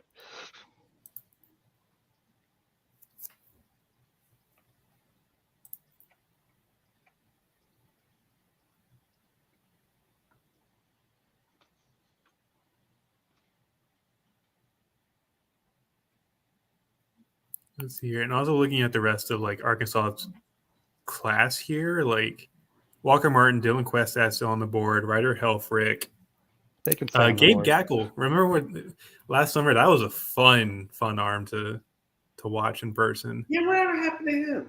Did he pull it out or something? I'm not too sure what actually happened with that. I've really heard nothing on the Gabe Gackle front. Watch him show up in the 4th round and feel like, oh wow. That's the Rangers pick in the 4th round probably. Yeah, Barrett Kent's also still on the board. Barrett Kent's a very solid arm. And even Donatello is still there. Like Nolan Souza is also another one. I didn't realize Arkansas's class was this deep. This is actually pretty impressive. yeah, so they're showing Kylie's grades for Kendall George. I don't really know a whole lot about Kendall George. I'm more vaguely familiar with him. But the important thing I do with grades is for offensive players, to me, you're like, when you add up your hit and your power, that should be your weighted runs created plus. That's how I evaluate it. Like, and I'm consciously thinking of like, oh, I think this guy's gonna be an above average producer. Well, he's got to be at least an above average hitter and have above average game power. Well, I think this guy's gonna be, an all-star. Well, he's got to have either double plus power and average hit, or plus power plus hit, or double plus hit and average power. Like, it's got to add up to something that makes sense from a weighted runs created plus perspective. Kendall George was 55 and 35. 55 hit, 35 power. That's 90. That's pushing it for a starter. But he's an 80 grade runner with a plus glove to center field. So it's a piece. I think it's kind of a little, he's a piece. He's not going to be the impact guy, but he's going to be a pest that turns the lineup over. Maybe even for streaks is going to start at the top of the lineup. He's gonna eat up balls in center field. He's a piece, and that's what teams like the Dodgers are looking for. They're just looking for pieces. Sounds a little bit like a guy with one of the same names that Dodgers took a few years ago, Jaren Kendall. It's not worked out. 55 hit. Coming up in the prep ranks, who knows? But if you're not a plus hitter with that kind of power, a little bit early. Jared Kendall though was just like his strikeout rates in college were just absurd. Like, right. I'm more like talking for years. when he was at this level. Oh yeah, yeah. No, like at Vanderbilt they were insanely bad. Yeah. Like I don't know, like the Dodgers, like he was expected to be like a top 10 pick before the year. Yeah. And then like he dropped all the way to like the end of the draft, and it's kind of like the Dodgers like, why not? It's kind of similar to that Judd Fabian fall a little bit. Yeah, a little bit. Except I think Judd also like walked a ton. Yeah. Jaren Like, didn't chase. Like Jaren Kendall just had no approach.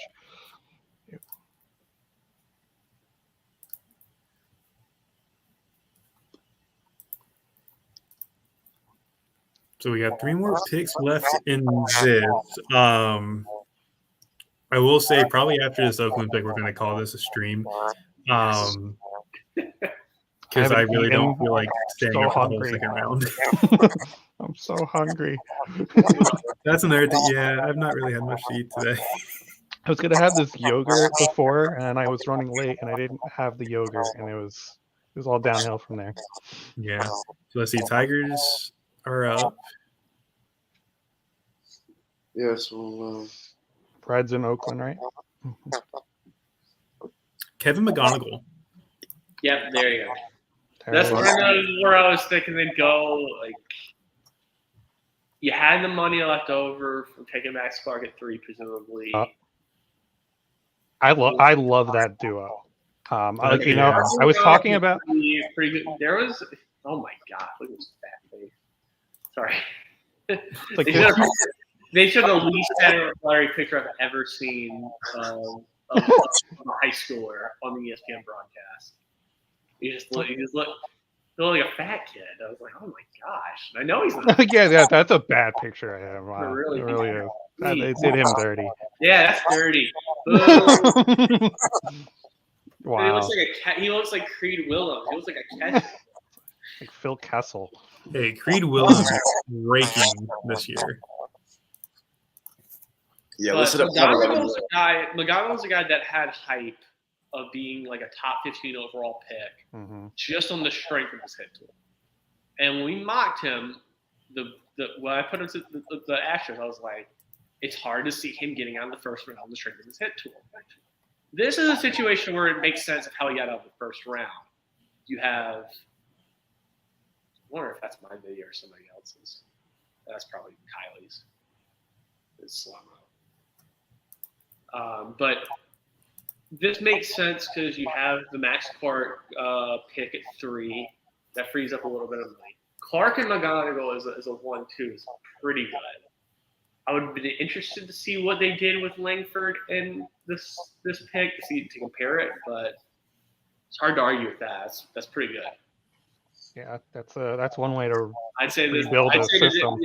like this will win for Detroit.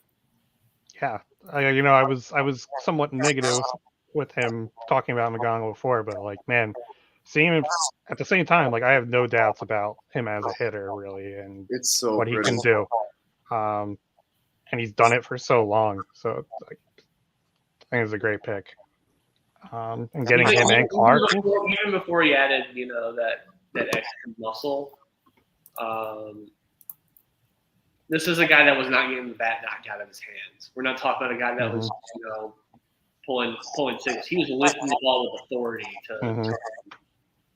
Yep.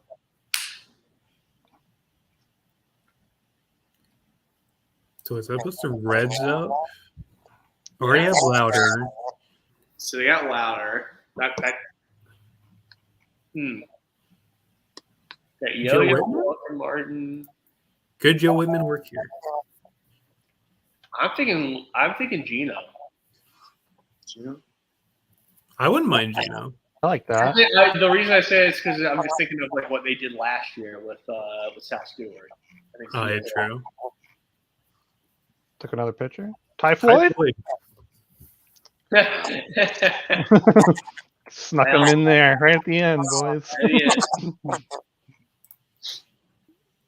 We talked about Ty Floyd earlier. As of right now, he's a one-pitch guy, but it's a really good pitch, and it's the most important one pitch to have. It's the 4-seam fastball. He also has a pretty good changeup. It's a good changeup, but How often does he throw it, though? His slider's not good, and that's what he leans on. He's got more conviction than slider. Yes.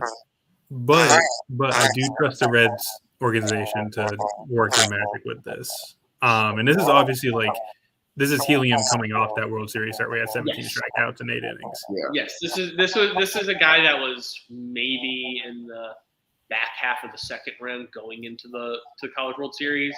He made money. Oh, yeah. He made at least $1 million, yeah.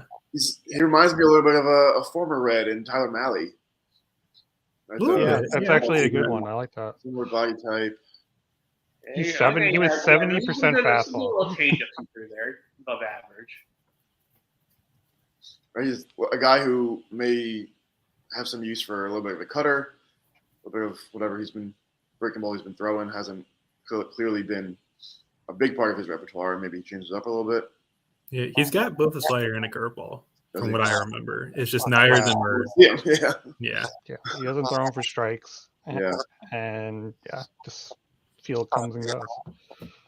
I like to say we haven't been too crazy wrong with guys. I think we were too hot on Whitman and Walters, but I think we had the right mindset with it.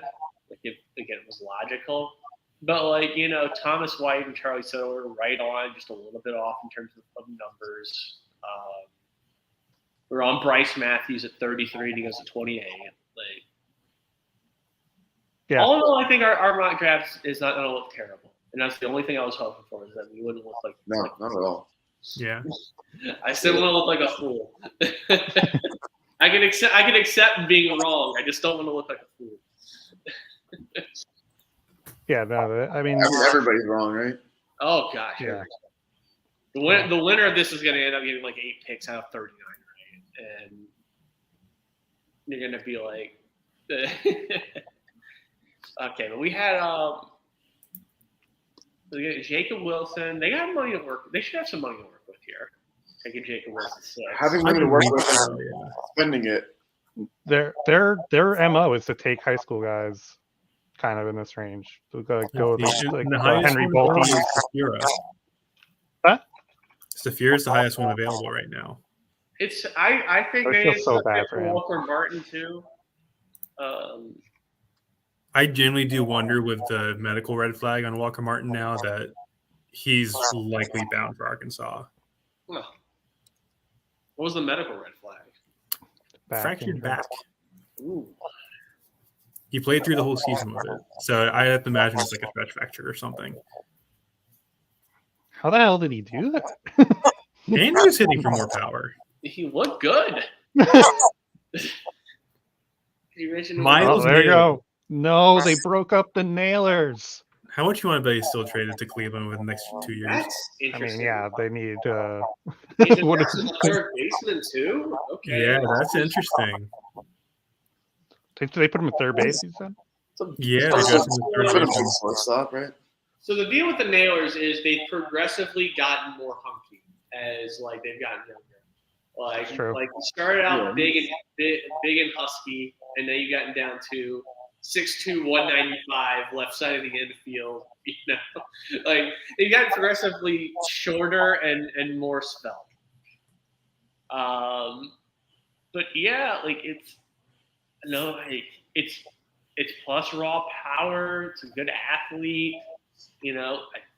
Concerned with the announcement at third base. It's average at best hit full. Like, maybe the money's good here. I don't know, but this Do feels you like think so let me ask you this. Do you think he might be a potential fit to move to the outfield at some point? I don't know. I honestly don't know. I need to watch him more. Okay. The little I've seen of him was at Jupiter. It wasn't particularly great with hitting, but Jupiter is like one day. I was running around trying to see so many people that day. I was trying to sit in on him. I was trying to sit in on Cal Fisher's. Guys that we've long forgotten about, but we're thinking. I was like, oh gosh, I gotta go see Brandon Stone pitch. Oh my god, yeah. Brandon Stone since I've seen him pitch.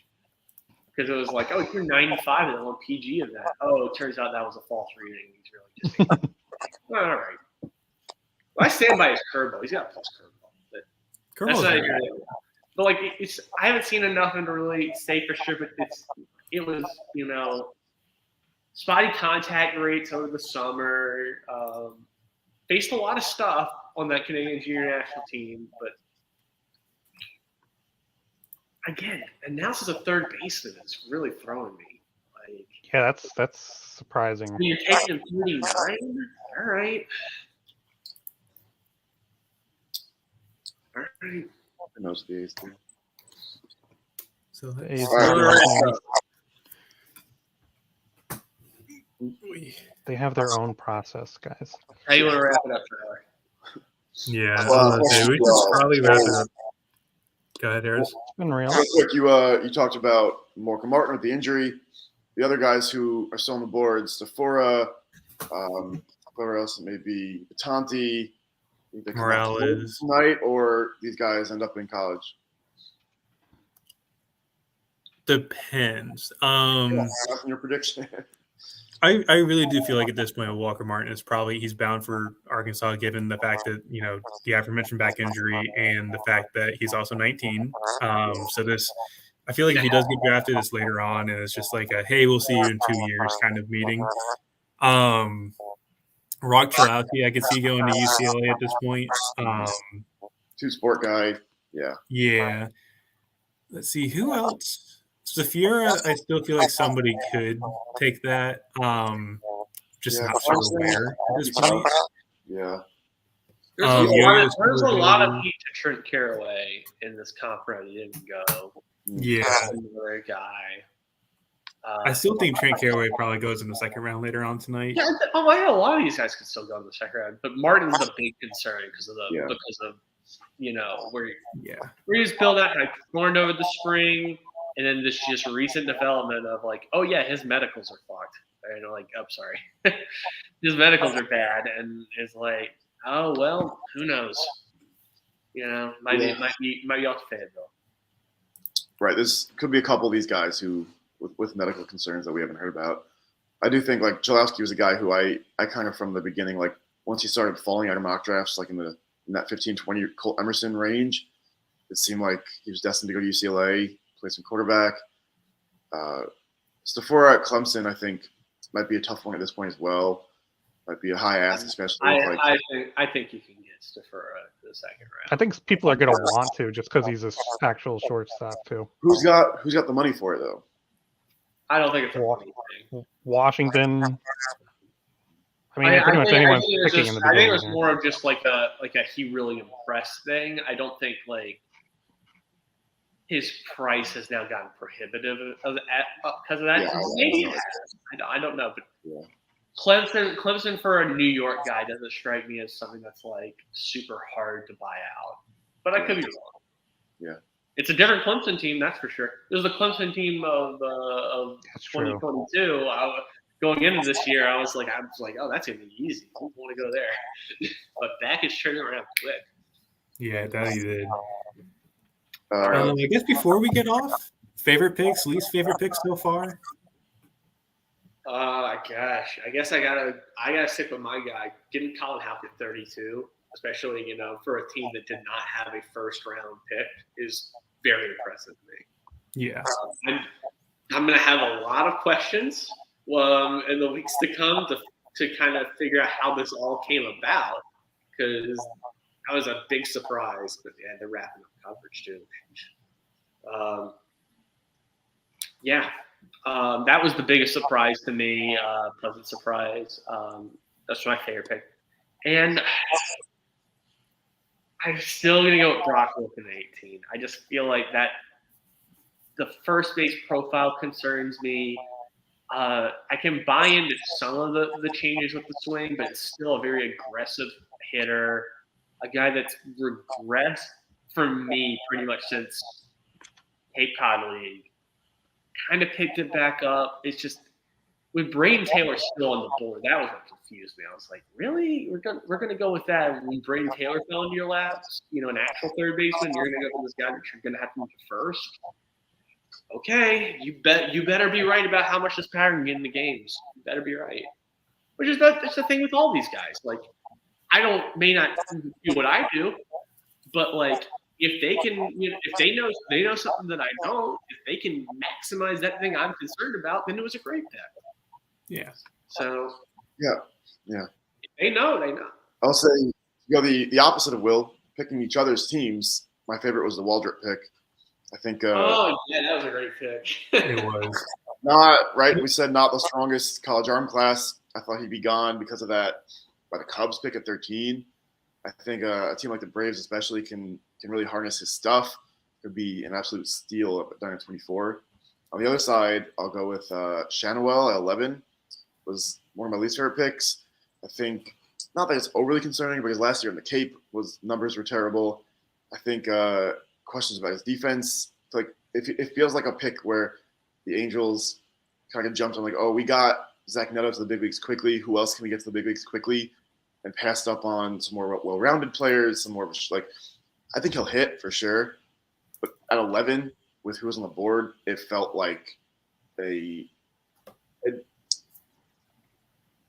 desperation pick of who can we get quickly rather than who can be the best player for us in a few years. Yeah, I mean that's been their whole thing the last few years is just get peeled fast. Like it is like a desperation thing. Yeah, I mean, they Uh, lose.